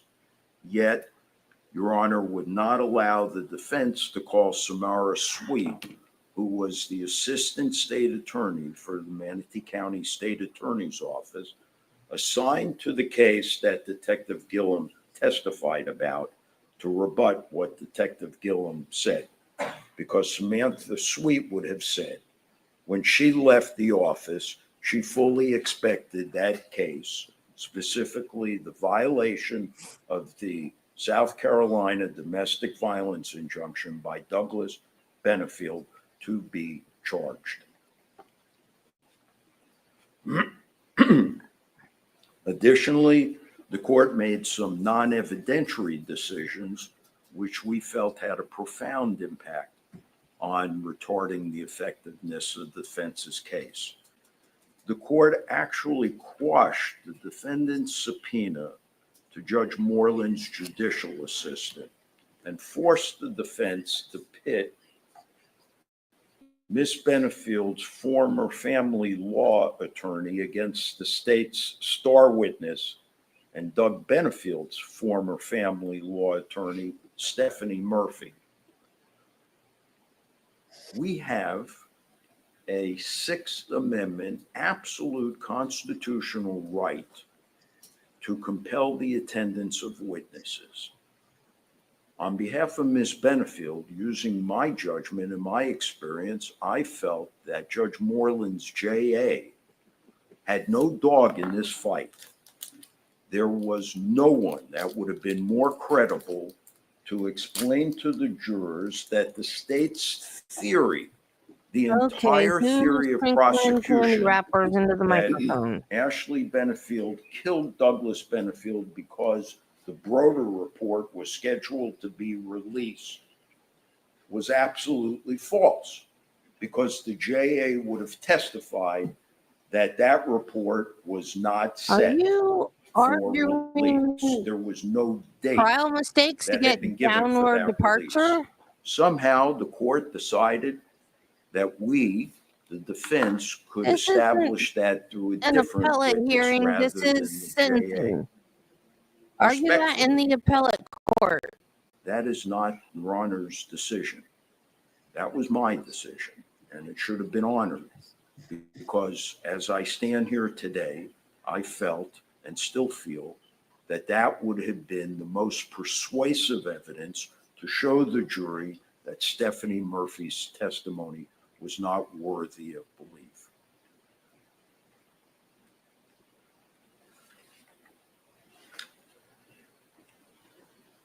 The court allowed, in closing argument, the state to allege that Doug Benefield filed for sole custody of Eva Benefield on May 4th.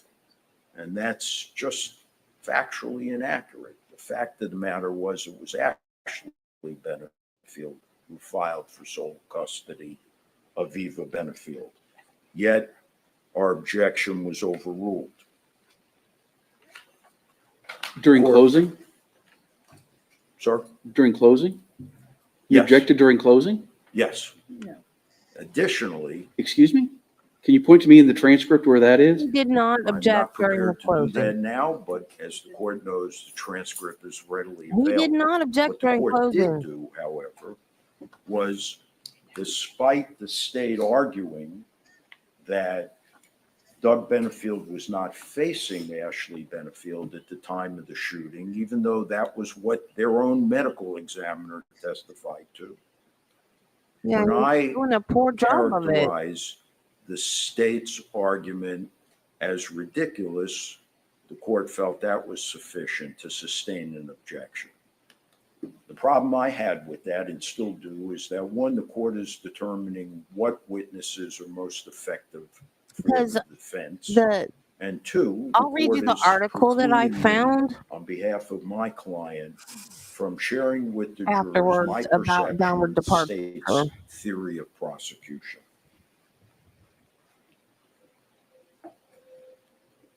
Additionally, and this was over the strenuous objection of the It has defense, nothing to do During with closing. anything that happened at trial. this was now during deliberations. Okay, all right. The jurors came back with their Has first nothing to do with the question, trial. asking specifically whether Dr. Jason Quintal reached Things that went wrong at trial the should be appellate conclusions about issues. Doug Benefield himself, or whether or not that was something, the characterization was something in the materials that Dr. Quintal had read. At that point, I thought it was pretty easily addressed by simply having Dr. Quintal's testimony read back to the jurors.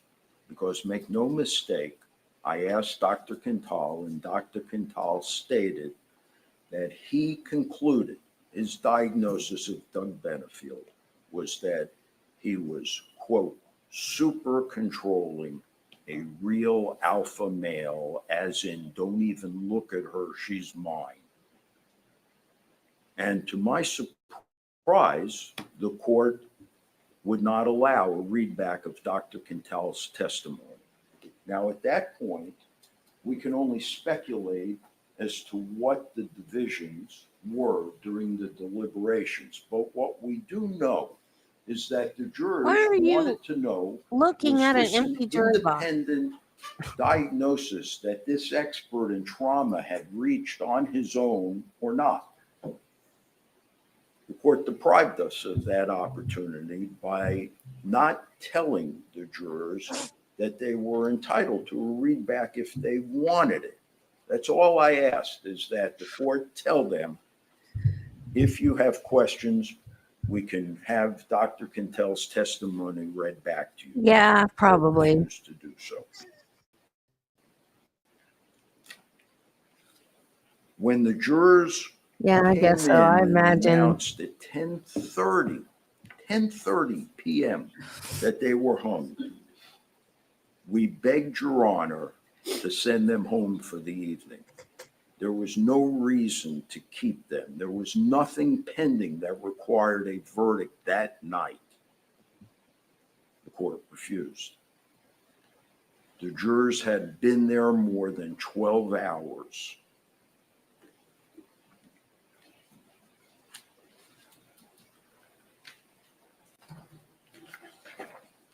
Respectfully, again, the defense felt that it was the court's intent to drive a result that evening, and it was accomplished at Miss Benefield's expense.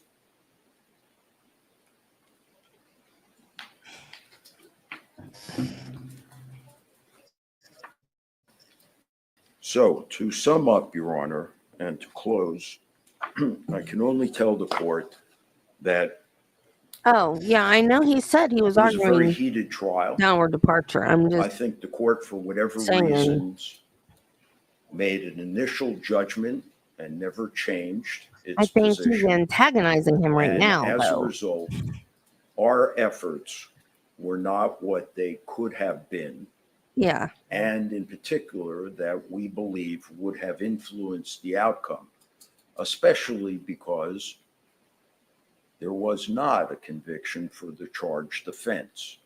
The jurors obviously thought something happened in that house on that day. Something occurred in the past that affected Miss Benefield's judgment. What they did conclude, which we're forced to respect at this point, is that the Yeah, judgment I that agree. Ashley Benefield exercised on that day was faulty, and she did not have to shoot him. But make no mistake, they acquitted her of murder. So what we're left with is a woman who all her life has not the slightest blemish of being anything other than a good citizen, and who, in the court's own words, had the system fail her. She constantly made report after report to the authorities who never took any action. Yeah.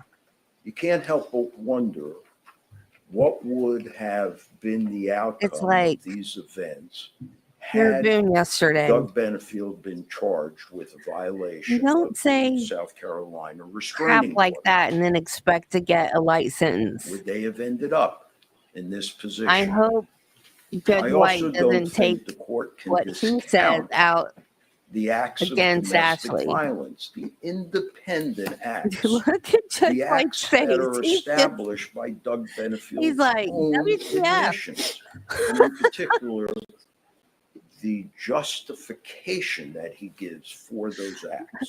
He's like, sir, So, where did you go to law if you school? conclude that Miss Benefield was subject to abuse by Doug Benefield, then that has to affect the sentencing that the court imposes.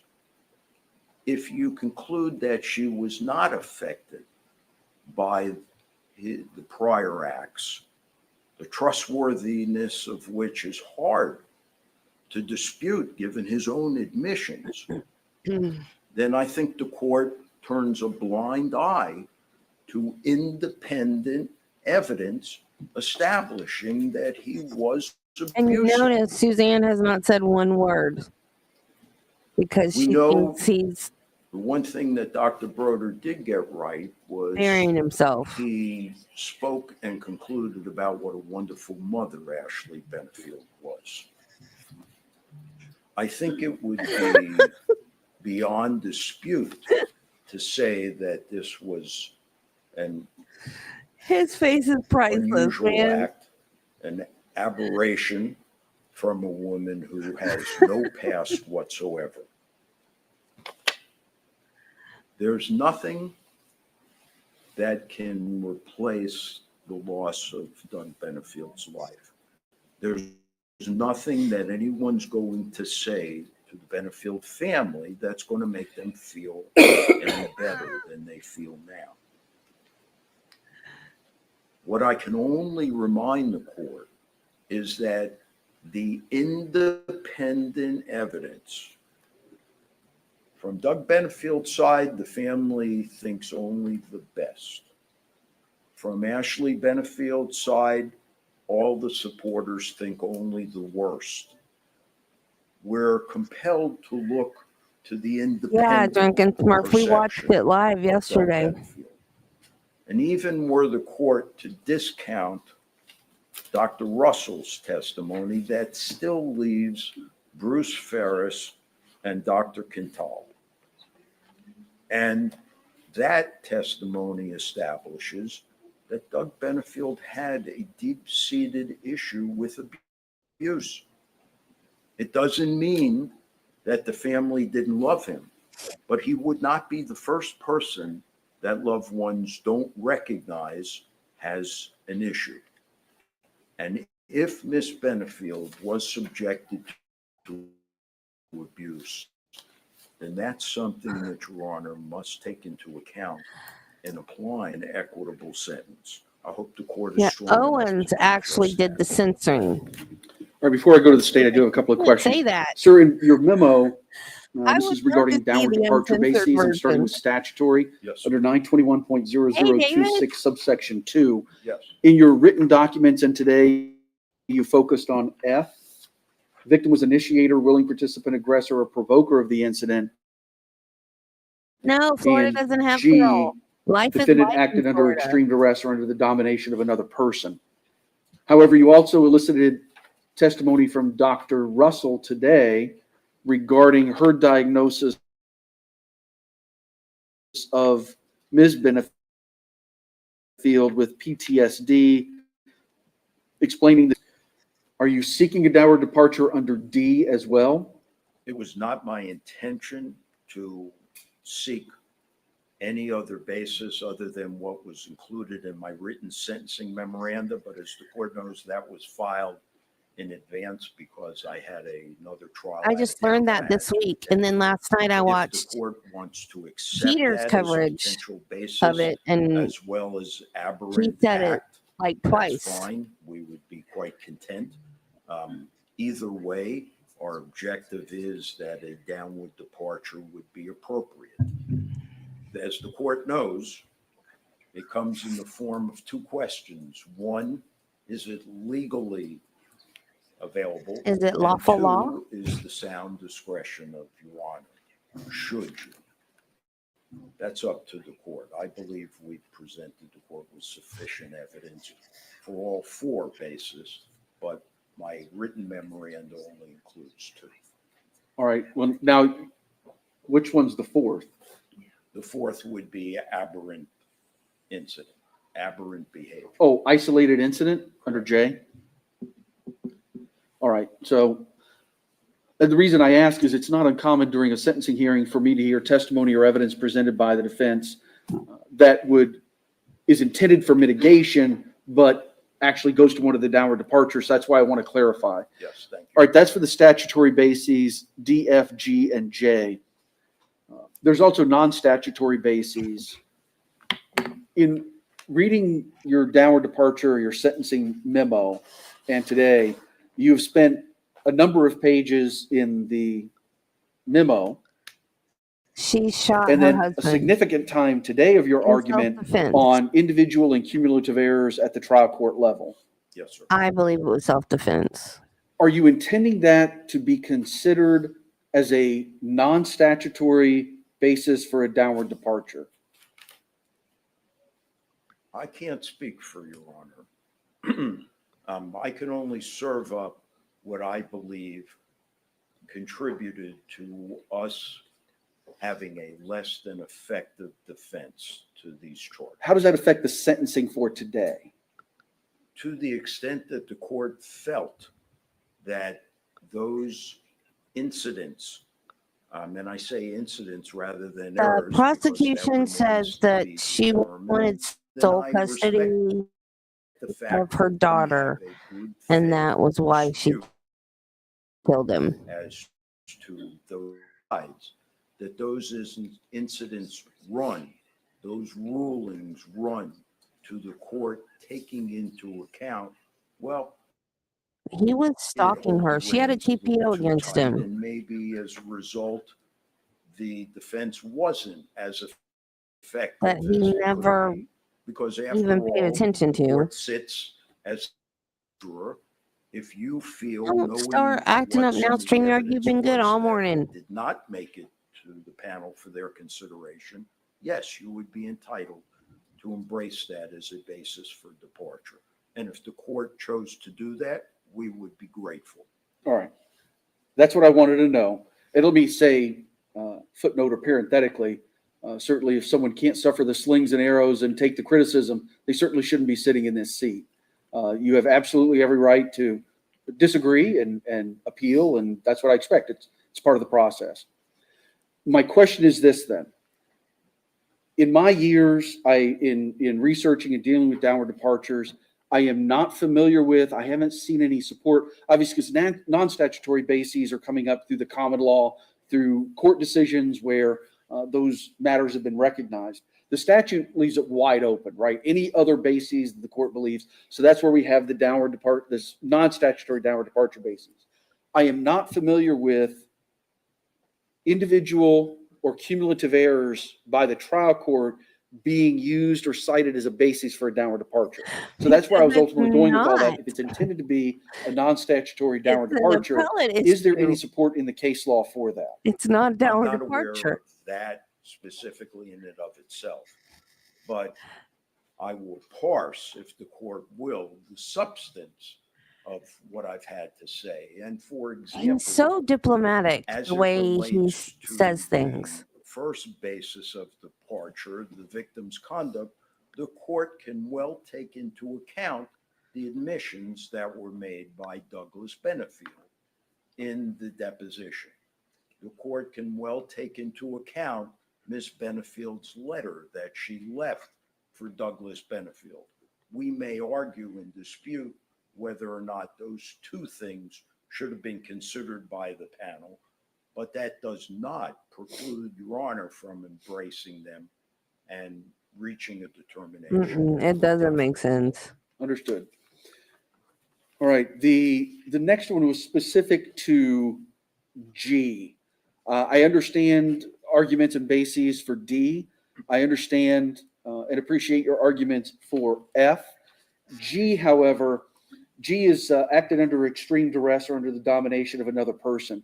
And I'm just going to phrase it as walking around knowledge of that statutory basis is it's generally a confederate or a co-conspirator or a principal to the offense, as opposed to that basis being used for the victim. The victim is the one that was causing the duress. That's where I think F comes in. The victim's the initiator, the aggressor. So do you have any case law or any law for me that G can also apply, the duress portion can be applied from the victim in the matter as opposed to a confederate, co-conspirator, or principal? Yes, I don't have a case at hand for the court, but the distinction I will make for the court is He needs to retire. let's not be too narrow and interpret that only as it relates. I to think the he was a incident good lawyer itself. at one The time. point I really tried to make do. through the testimony of Dr. Russell was that Ms. Benefield's state of mind on that day, given the prior history of domestic abuse, when in the company of Douglas Benefield, already created in her, because of this past trauma, extreme duress. And I understand the court's distinction, but I do not believe that there is any case law that says that the duress is limited to the moment of the act. I believe the duress can be present from prior occasions, and that was the point I wanted He to did establish. an interview outside the courthouse. I saw it on Peter's channel last night. All right. Final question. You had mentioned about and this was both in your memo and in your statements today, Dr. Broder's testimony where I don't know what the best word is. I'll say walked back his testimony from the stand your ground hearing. Yes, sir. I'll just characterize it that way. Fine. And you talk about it. So we had the stand your ground hearing. It was my understanding from the reading, because he wasn't impeached with any deposition testimony at the stand your ground hearing. The deposition you're talking about happened after the stand your ground hearing. Correct. Okay. All right. That was all my questions. Did you have any further statements you want to make in response to the questions I've asked? No, other than even though the deposition of Dr. Broder occurred after the testimony, it doesn't lessen what we perceive was the court's linchpin for the stand your ground order, which was tied to, at best, a mistaken statement, and at worst, a false statement to mislead the court. I understand. Thank you. All right, State. This ought to be Judge, I'm good. not going to address the alleged errors and things that happened during the trial. I believe that's not appropriate for the sentencing.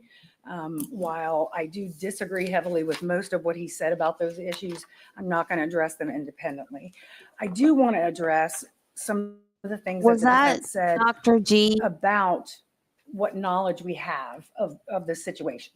So the defense kept saying the word independent evidence over and over and over, and that the court should look to the independent evidence of Douglas Benefield's behavior to support some of these downward departure reasons.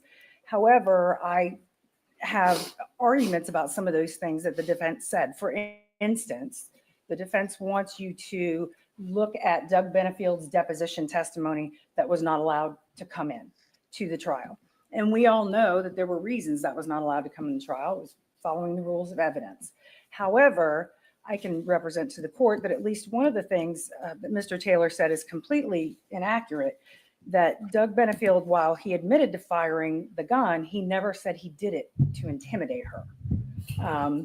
So I would just ask Why else would you that fire a we gun? be cautious about what we are To presenting as intimidate fact when it is not or necessarily to fact. shoot someone? The defense also said that Doug Benefield violated the South Carolina injunction. That is also one thing that was never established definitively one way or another, whether he violated it. The defense said that Doug Benefield was caught by a neighbor He was spying into the in house. Florida, but he There are violated it differences in of Florida. opinions as to that. And I think we went through that in trial, that it was just supposition and someone being identified by a voice after the defendant played a Yeah, a I think I voice saw that recording one for with her. Dr. G. So that's in dispute, whether he was actually there or I not. must have a fever. So 'Cause to take all of these things as factual and allow them to be used in such a way to say that he was a willing participant in this set of behaviors, I would argue is inaccurate. The defense also said that Dr. Quintal said that Doug Benefield was super controlling and an alpha male. But if the court recalls from trial in cross-examination, I asked him, is this opinion based on, at least in part, based on what Ashley Benefield is telling you? And he said yes. So it wasn't that it was his own independent evaluation of Doug Benefield. He was taking what this defendant was saying to him and incorporating that into his opinion. The defense also said that Dr. Ferris said that Doug was a 36 classic for abuser. Celsius. What is that in The court, Fahrenheit? In the state's opinion, correctly ruled that that was inappropriate. It had a happy testimony, face. was I not guess that allowed means in I don't front have of a the jury. fever. And again, there are I all got kinds that of from reasons why Timu, that's so it not doesn't do appropriate Fahrenheit. It only evidence does to be considered Celsius. by the jury. And I would say it's inappropriate for the court to consider that as fact. It was free. In a sentence. So what we do end up having is Oh, bits and thank you. pieces of a rocky marriage That's low, that isn't it? in the It's supposed to be. state's I'm a nurse. I should know argument this. do not rise Yes. to prior acts of domestic violence. Doug Benefield had 98. problems. He Oh, lost okay. his temper So, yeah, sometimes. okay. So did the That's defendant. low. They had arguments. It was a 98 marriage, is and what normal. happens in marriage. The victim, excuse me, was never an abusive husband the way the defense keeps trying to represent. Freezing. That is a fictitious idea that Ashley Benefield has put forth and guided through this entire process. And Dr. Russell even said today and acknowledged that she knew that Ashley Benefield had been diagnosed with histrionic personality disorder, and that one of the symptoms of histrionic personality disorder is that you tend to exaggerate and blow things out of proportion. And that is the state's entire theory, is that this particular defendant just blows things out of proportion and makes things into something that never existed. So the court should consider that in trying to determine whether this victim somehow played into this whole incident that happened the night of the shooting. One of the other things that I will mention from what the defense was alleging was improper rulings by the court, I do want to say in isolation just this one thing. The DNA report the defense was saying that it would have shown that Doug Benefield's DNA was on Ashley Benefield's arm. And I believe that's a false statement. It would have shown that there was some DNA on her that could have been Doug Benefield's DNA, but it also could have been a family member. And the child that was a toddler at the time was clearly a family member.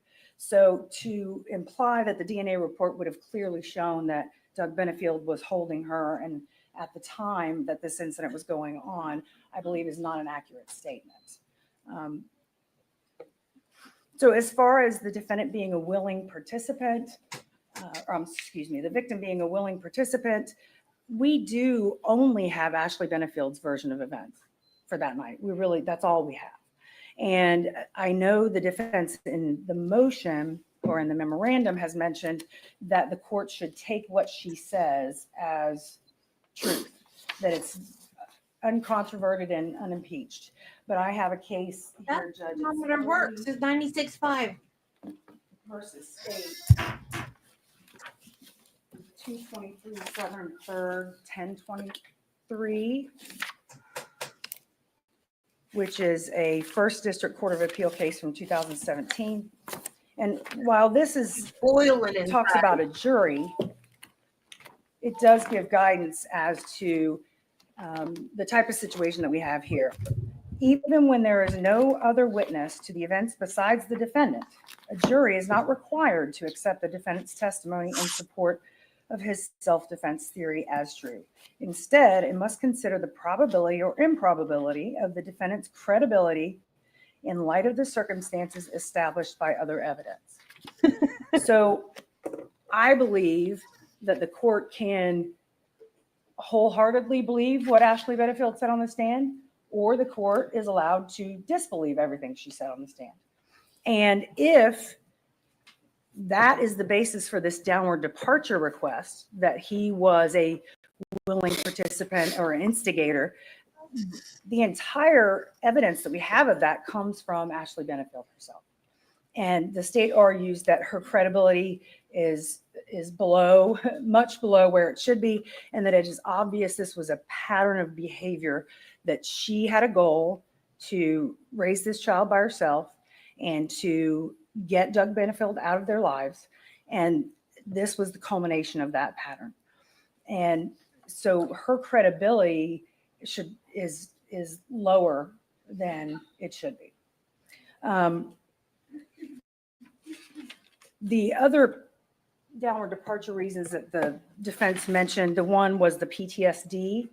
But if the court looks at that downward departure reason, it says that that the defendant has a mental disability or problem that requires specialized treatment.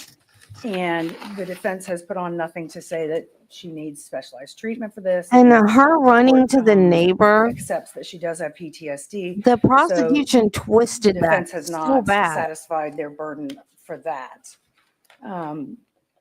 As far as isolated, the offense was committed in an unsophisticated manner, isolated incident for which the defendant has shown remorse. I would argue that does not apply. Obviously, this was not a one-time thing. This was a pattern of conduct over a very long period of time. Additionally, it's not unsophisticated. It's a culmination of a pattern. And He was a court looks at pattern. the facts that came out in trial, that there were multiple firearms placed around the house.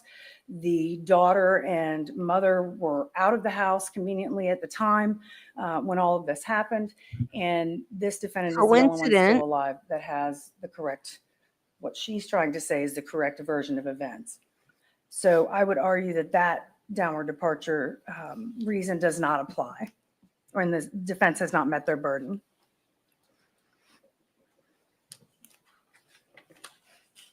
And Judge, I think it's very difficult when this entire trial has been about pretty much demonizing Doug Benefield and making this defendant the victim, when in fact it was the opposite. Doug Benefield did nothing but try to love this woman and try to love this child and try to do the best by them. And at every turn, she abused him, in my opinion. She tried to withhold this child. She tried to get him in trouble at every turn. She tried to do everything to undermine any relationship that they would have. And he continued to go back, which was probably his one fault, was that he continued to go back and he continued to think that he can make this work. And this defendant took advantage of that. And I then like when her she suit. can't get relief from anywhere else, she shoots and kills him. And she got exactly what she wanted for a time. And for that, Judge, we would ask that I you think sentence her she to did the that maximum just 30 because years. she hated her. Thank you. I think she wanted Rebuttal. it to be her so she could be punished for it. All right. Okay, so at this point, I've heard all the evidence. I've heard the arguments of counsel. Yeah, exactly. Ms. Benefield, this is addressed to you. Please feel free to consult with your attorneys before you answer, or if you want to answer. But at this point, I always just check with the defendant and say, okay, I've heard. Of course, there was a stack of letters that I got from your attorney. I don't know as why part her of mom the isn't downward there. departure. That would be the only heard, other person we haven't Dr. heard Russell's from. testimony today, of course, presided over the entire trial, heard the statements from the state as well. I always ask, though, is there anybody that I haven't heard from, any testimony I didn't hear, any evidence that I didn't hear, anything at all that I need to know to make a fair decision in this matter? Your Honor, Ms. Benefield feels that I've spoken for her. Excellent. All right. I also give a final statement, and I'm sure that you and your attorneys have talked about this at length. I'm glad You are absolutely not required to make any statement. However, I also, whenever I have a trial case, we're doing sentencing, if it's an open plea, I do always give the defendant the last opportunity. If there's any statements that you want to make, you're absolutely not required to. I'm sure you've already talked to your attorneys about it. But if there's any statement you want to make, please feel free to do so. If not, we'll just move on with sentencing. I know the court will interpret her choosing not to as a lack of invitation. Fair enough. And as I said, you're not required to at all. All right. Is there any legal reason why sentence cannot be imposed? No. She doesn't want to talk, and I don't blame her. I wouldn't want to talk. All right. either. So there's the first thing we need to do is talk about the bases that have been argued for downward departure. And I think today it's an absolute tragedy that we're even here today. And I often, in these situations, sit back and wonder, how did we get here? How did life bring us to this point, not only here in court, but between the Benefields? I think both sides have acknowledged, because both the defense, Mr. Taylor, and the state talked about lenses and perspectives. And I think this is a good example of exactly that, where whatever lens you view this case from can really affect how you view the players, the results, the participants, and the outcome. So we've got the score sheet to start from. The issue is whether a downward departure has been sufficiently, the burden of proving that has been sufficiently met, and then whether the court would grant a downward departure. So the bases are, and I'm going to just take them in alphabetical order from the statute, 921.0026 subsection 2. The first one is D. The defendant requires specialized treatment for a mental disorder that is unrelated to substance abuse or addiction, or for a physical disability, and the defendant is amenable to treatment. In that particular one, there was the testimony by Dr. Russell that she has diagnosed the defendant with PTSD. It's a complex trauma. She explained the genesis of it and how she reached that conclusion. But importantly, what needs to flow from that is a description of what that specialized treatment is, what sort of treatment is important or be necessary to treat that PTSD, inpatient, outpatient,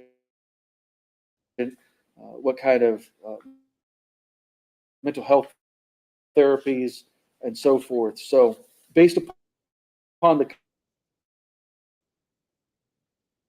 not find that D. F, the victim was an initiator, willing participant, aggressor, or provoker of incident. Yes.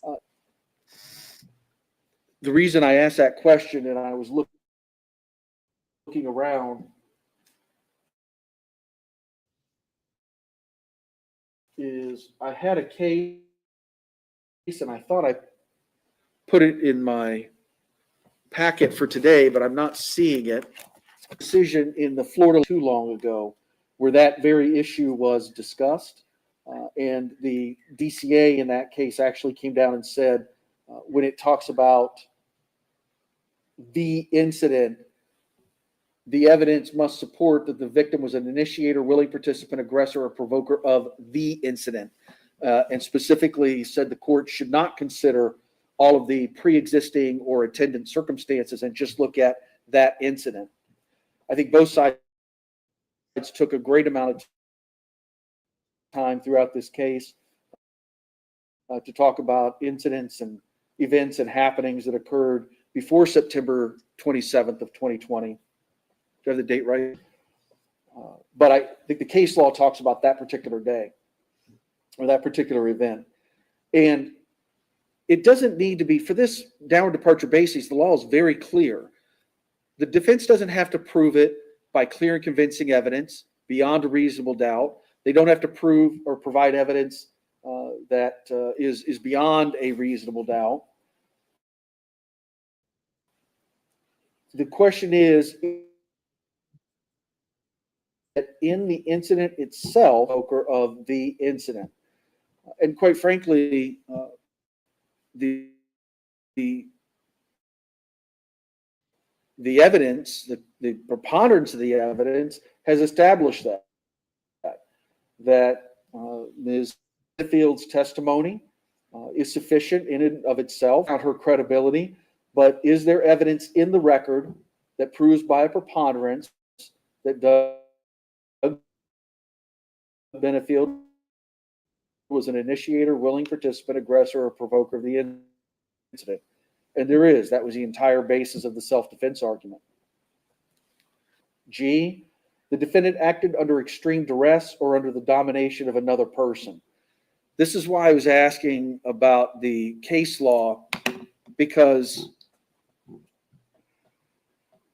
I have not seen this particular statutory basis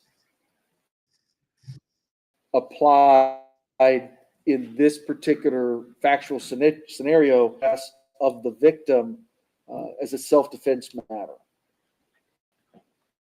But just because I haven't seen the case law doesn't mean that it doesn't exist and it can't be argued for that purpose.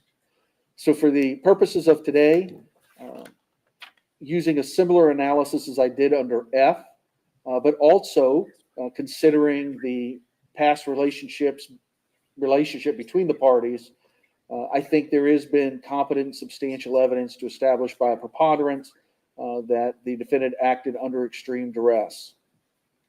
The domination of another person, I just don't think fits. So to the extent that that particular downward departure basis requires that the duress come from a conspirator, a co-conspirator, a confederate, or a principal, I could be wrong, but I think it applies, and I'm applying it here. Or I think it's been proven. And then J was the offense was committed in an unsophisticated manner and was an isolated incident for which the defendant has shown remorse. The case that I talked about a few minutes ago regarding victim was an initiator, willing participant, aggressor, or provoker of the incident, J has similar language. The offense was committed in a sophisticated manner. So I understand the state's argument saying hey, this was a whole series of events and was very sophisticated in its planning and execution. At the end of the day, the statute itself says the offense was committed in an unsophisticated manner, isolated incident for which the defendant has shown remorse. So if I look at just the incident itself, there's nothing sophisticated necessarily about self-defense and using self-defense. Isolated incident, the defense has pointed out, and the score sheet shows there are no prior acts of violence, there's no prior convictions. The case law requires, though, that all three I think should have had a bench trial. elements of this be established. The final one is the defendant has shown remorse. Obviously, she's exercised a very, very fundamental constitutional right by not making a statement today. But I can also, I believe, consider the testimony that was provided during the trial. And remorse is not necessarily and doesn't have to be, I'm sorry I did this. Because someone is perfectly entitled to maintain their innocence, even in light of a verdict of guilty by a jury. So I find that during the trial itself, that Ms. Benefield did demonstrate remorse for this entire incident happening and the culmination and the resulting death of Mr. Benefield. So I do find that J has been established. The non-statutory bases, there were none explicitly argued, but I'm going to make a ruling on the individual and culmination of errors for appellate purposes. Again, I'm not aware of any case law that establishes that. To the extent that there's an argument to be made that, and when I say individual errors, I'm talking about fundamental error, right? Because that could just be one thing and fundamentally vitiates the fairness of the entire trial. So individual or cumulative errors being the bases of a downward departure, I'm going to go ahead and make the finding that those are not, errors by the trial court are not bases for a downward departure, non-statutory bases. I may be wrong. We'll find out. The second part of the analysis is whether the court is going to exercise its discretion to depart. And that's where you really take into consideration those factors in determining, in light of all of the facts and evidence that have been presented, if this is a case that the court believes a downward departure should be granted.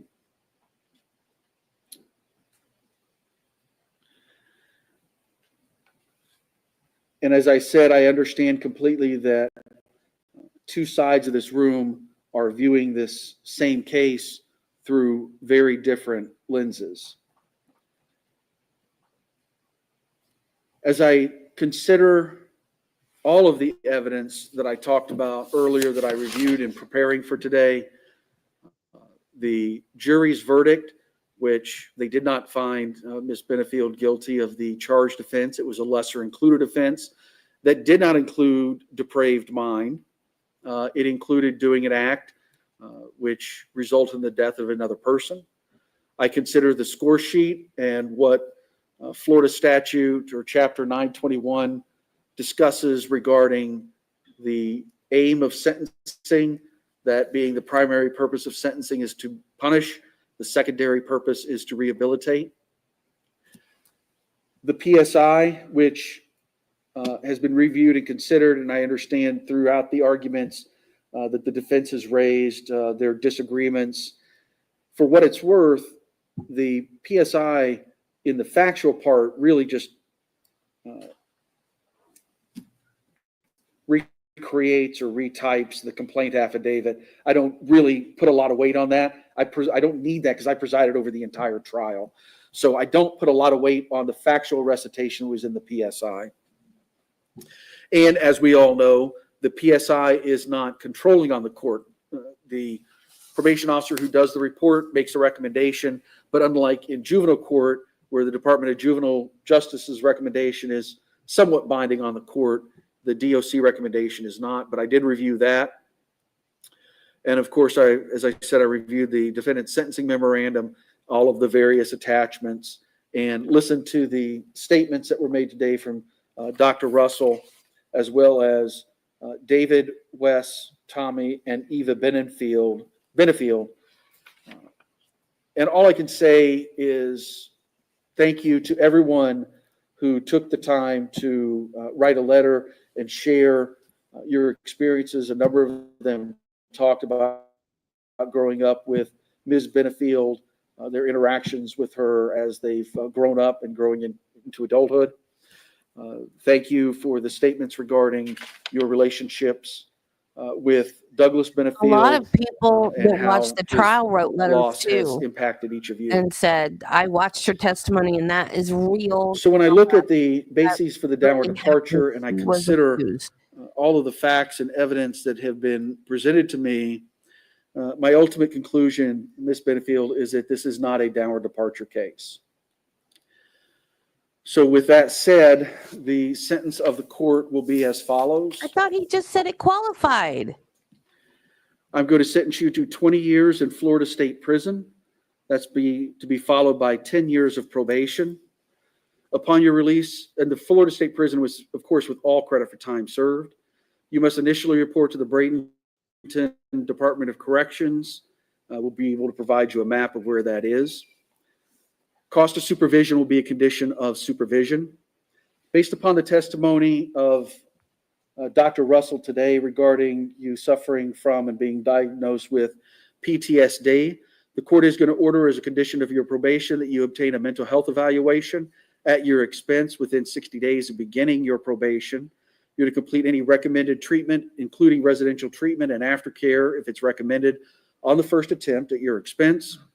You're to provide proof to your probation officer regarding the evaluation, participation in, and completion of that treatment. If it's necessary for your probation officer, you'll need to sign any waivers or releases that are necessary for them to get the information that they need or speak with your evaluators and treaters. I am going to order the forfeiture of the firearm in this matter, that being the Springfield 45. And I'm ordering that you have given up all rights, title, and interest to the same.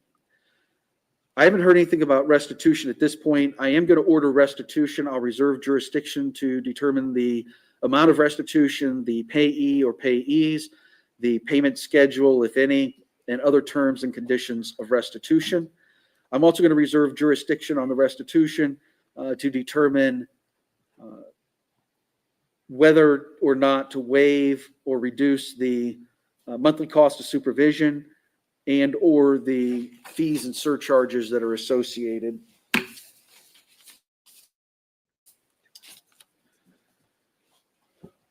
I'm going to impose the following monetary obligations: the felony adjudication of guilt court costs, $100 cost of prosecution. 200. Do you have an affidavit? I don't have it with me. look. If you need one, we can get one.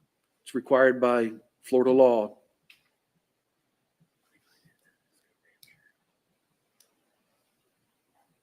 Just, there's, If you want to 3,000 continue on, pages. we'll try and find it. All right. If an affidavit is for cost of investigation is presented, I'll order $200 to the Marietta County Sheriff's Office. For now, I'm going to make all the legal financial obligations a condition of probation. All right, State, now that you've seen where I'm at with the sentencing, was there anything that you want to do, any further arguments, anything else you want me to consider? Judge, my only concern would be the mental health evaluation. I would prefer that it not be with Barbara Russell when she's on probation and has to do with mental evaluation. You don't want what? You have ordered that the defendant do a mental health evaluation when she gets out on Correct. probation, and I would request it to be someone other than any of the doctors that were involved in this case. So not Barbara Russell. So or Dr. 85% Kimball is or 17 Dr. years. Those- Okay. I'm not going to order that. I'll let you pick your mental health professional that you want to see and consult with. Sir, now that I've told you where I'm at, was there anything that I need to explain or clarify? No, sir, if you would, how long is the period of probation? It was 10 years. Appealed, you 30 days judgment in civil. Sir. I'm Statement for the confused. record, I object to the record, argue it's an abuse of discretion based on the undisputed facts not to grant a downward departure. Oh, yes, sir. Absolutely. I think that's generally preserved no matter what, but I do too, but. I appreciate your belt. But the appellate courts like to find non-preservation, so I'm overly careful. I understood. Belt and suspenders, no problem at all. Yes, sir. So objection to the abuse of discretion for not granting the downward Oh, there departure. it is. Noted. All right, Ms. Benefield, you have 30 days to appeal the judgment and sentence of the court. If you can't afford to hire a lawyer, one will be appointed to represent you. Go ahead. I'm sorry, I'll just have one thing. Is it regarding appeal? Regarding, Appeal? no, Oh, well, go ahead then. I was going to ask the court if the court would make arrangements to ensure that Ms. Benefield remains in Manatee County for at least 14 days, if not 30, so that we can tie up all the loose ends in preparation for the appeal. Okay. I don't know how much pull I have over that. DOC comes gets people when they come get them. Can I There's- suggest that Your Honor set this for a report in perhaps 30 days? All right, why don't you send me an order directing the sheriff to hold her pending any final hearings or matters? And I'll, Judge, the most specific thing, we're going to be filing this motion for bond pending appeal, so that's why. oh, keep her there for that. Yeah, so to avoid the necessity of her going back and forth. Absolutely. So do me a favor, contact Kelly, my JA, get that set. I didn't see it's been filed yet, but get it filed. It has not, but I will file it tomorrow. All right, get it filed. Talk with Kelly about getting a hearing date, and then I'll sign an order to hold her until after that date. Absolutely. Thank you, Judge. Thanks. Of course. Okay, for the appellate purposes, what I was going to say is, ma'am, speak with your attorney. You can hire someone if you want, a private attorney for that. If ultimately you are going to seek the services of the public defender, I'll just need a financial affidavit and a motion to appoint. And then once Mr. Taylor completes all of his obligations as trial counsel, we'll get a local PD appointed and then the 10th Circuit PD. All right, ma'am. Thank you very much.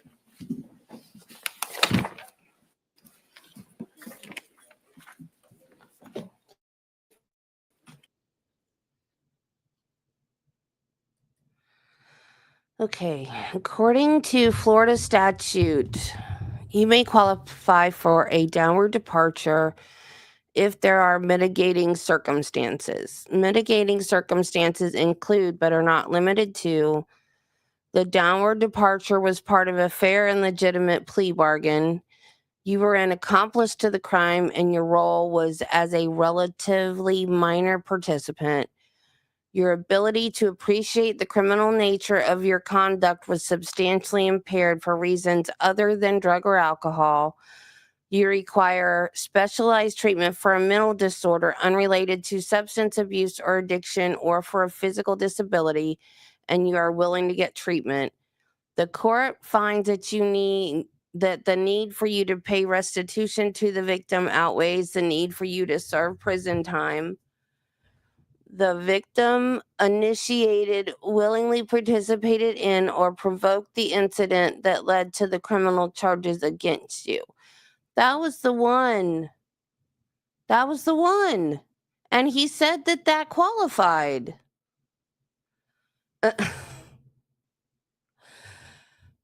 Okay, when I'm done reading this.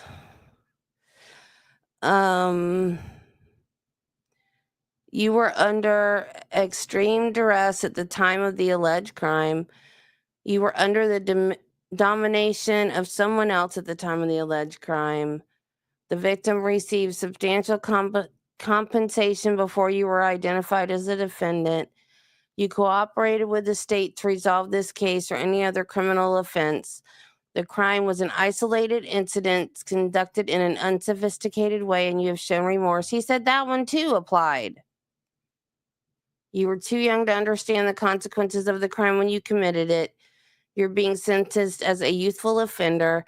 the crime was a nonviolent felony, your CPC score was below the point threshold, the court determines that you are agreeable to the services of a I can't say that word, adjudicatory treatment-based drug court program. You made a good faith effort to get or provide medical assistance for someone suffering from a drug-related overdose. Another compelling reason that convinces a judge you deserve a downward departure. The judge has discretion about granting a downward departure unless the court finds that you have issues with substance abuse or were intoxicated at the time of the alleged crimes. In those cases, the judge has no legal authority to grant a downward departure sentence. A downward departure is not guaranteed. However, you can maximize your chances of reducing your sentence by accepting responsibility for the crime, paying extraordinary restitution, presenting convincing evidence to the court, and hiring an experienced criminal defense lawyer. This is off of a defense lawyer's website. It also said, it answered my question. Oh, wait, there it is. If I can find it again. Well, the judge must sentence the person to prison unless, wait. Anyone convicted of a felony in Florida will be sentenced according to the Florida Criminal Punishment Code. The CPC uses a scoring system that considers the crime and other factors and gives the judge a number.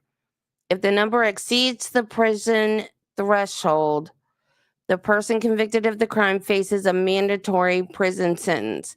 The judge must sentence the person to prison unless the judge implements a downward departure sentence.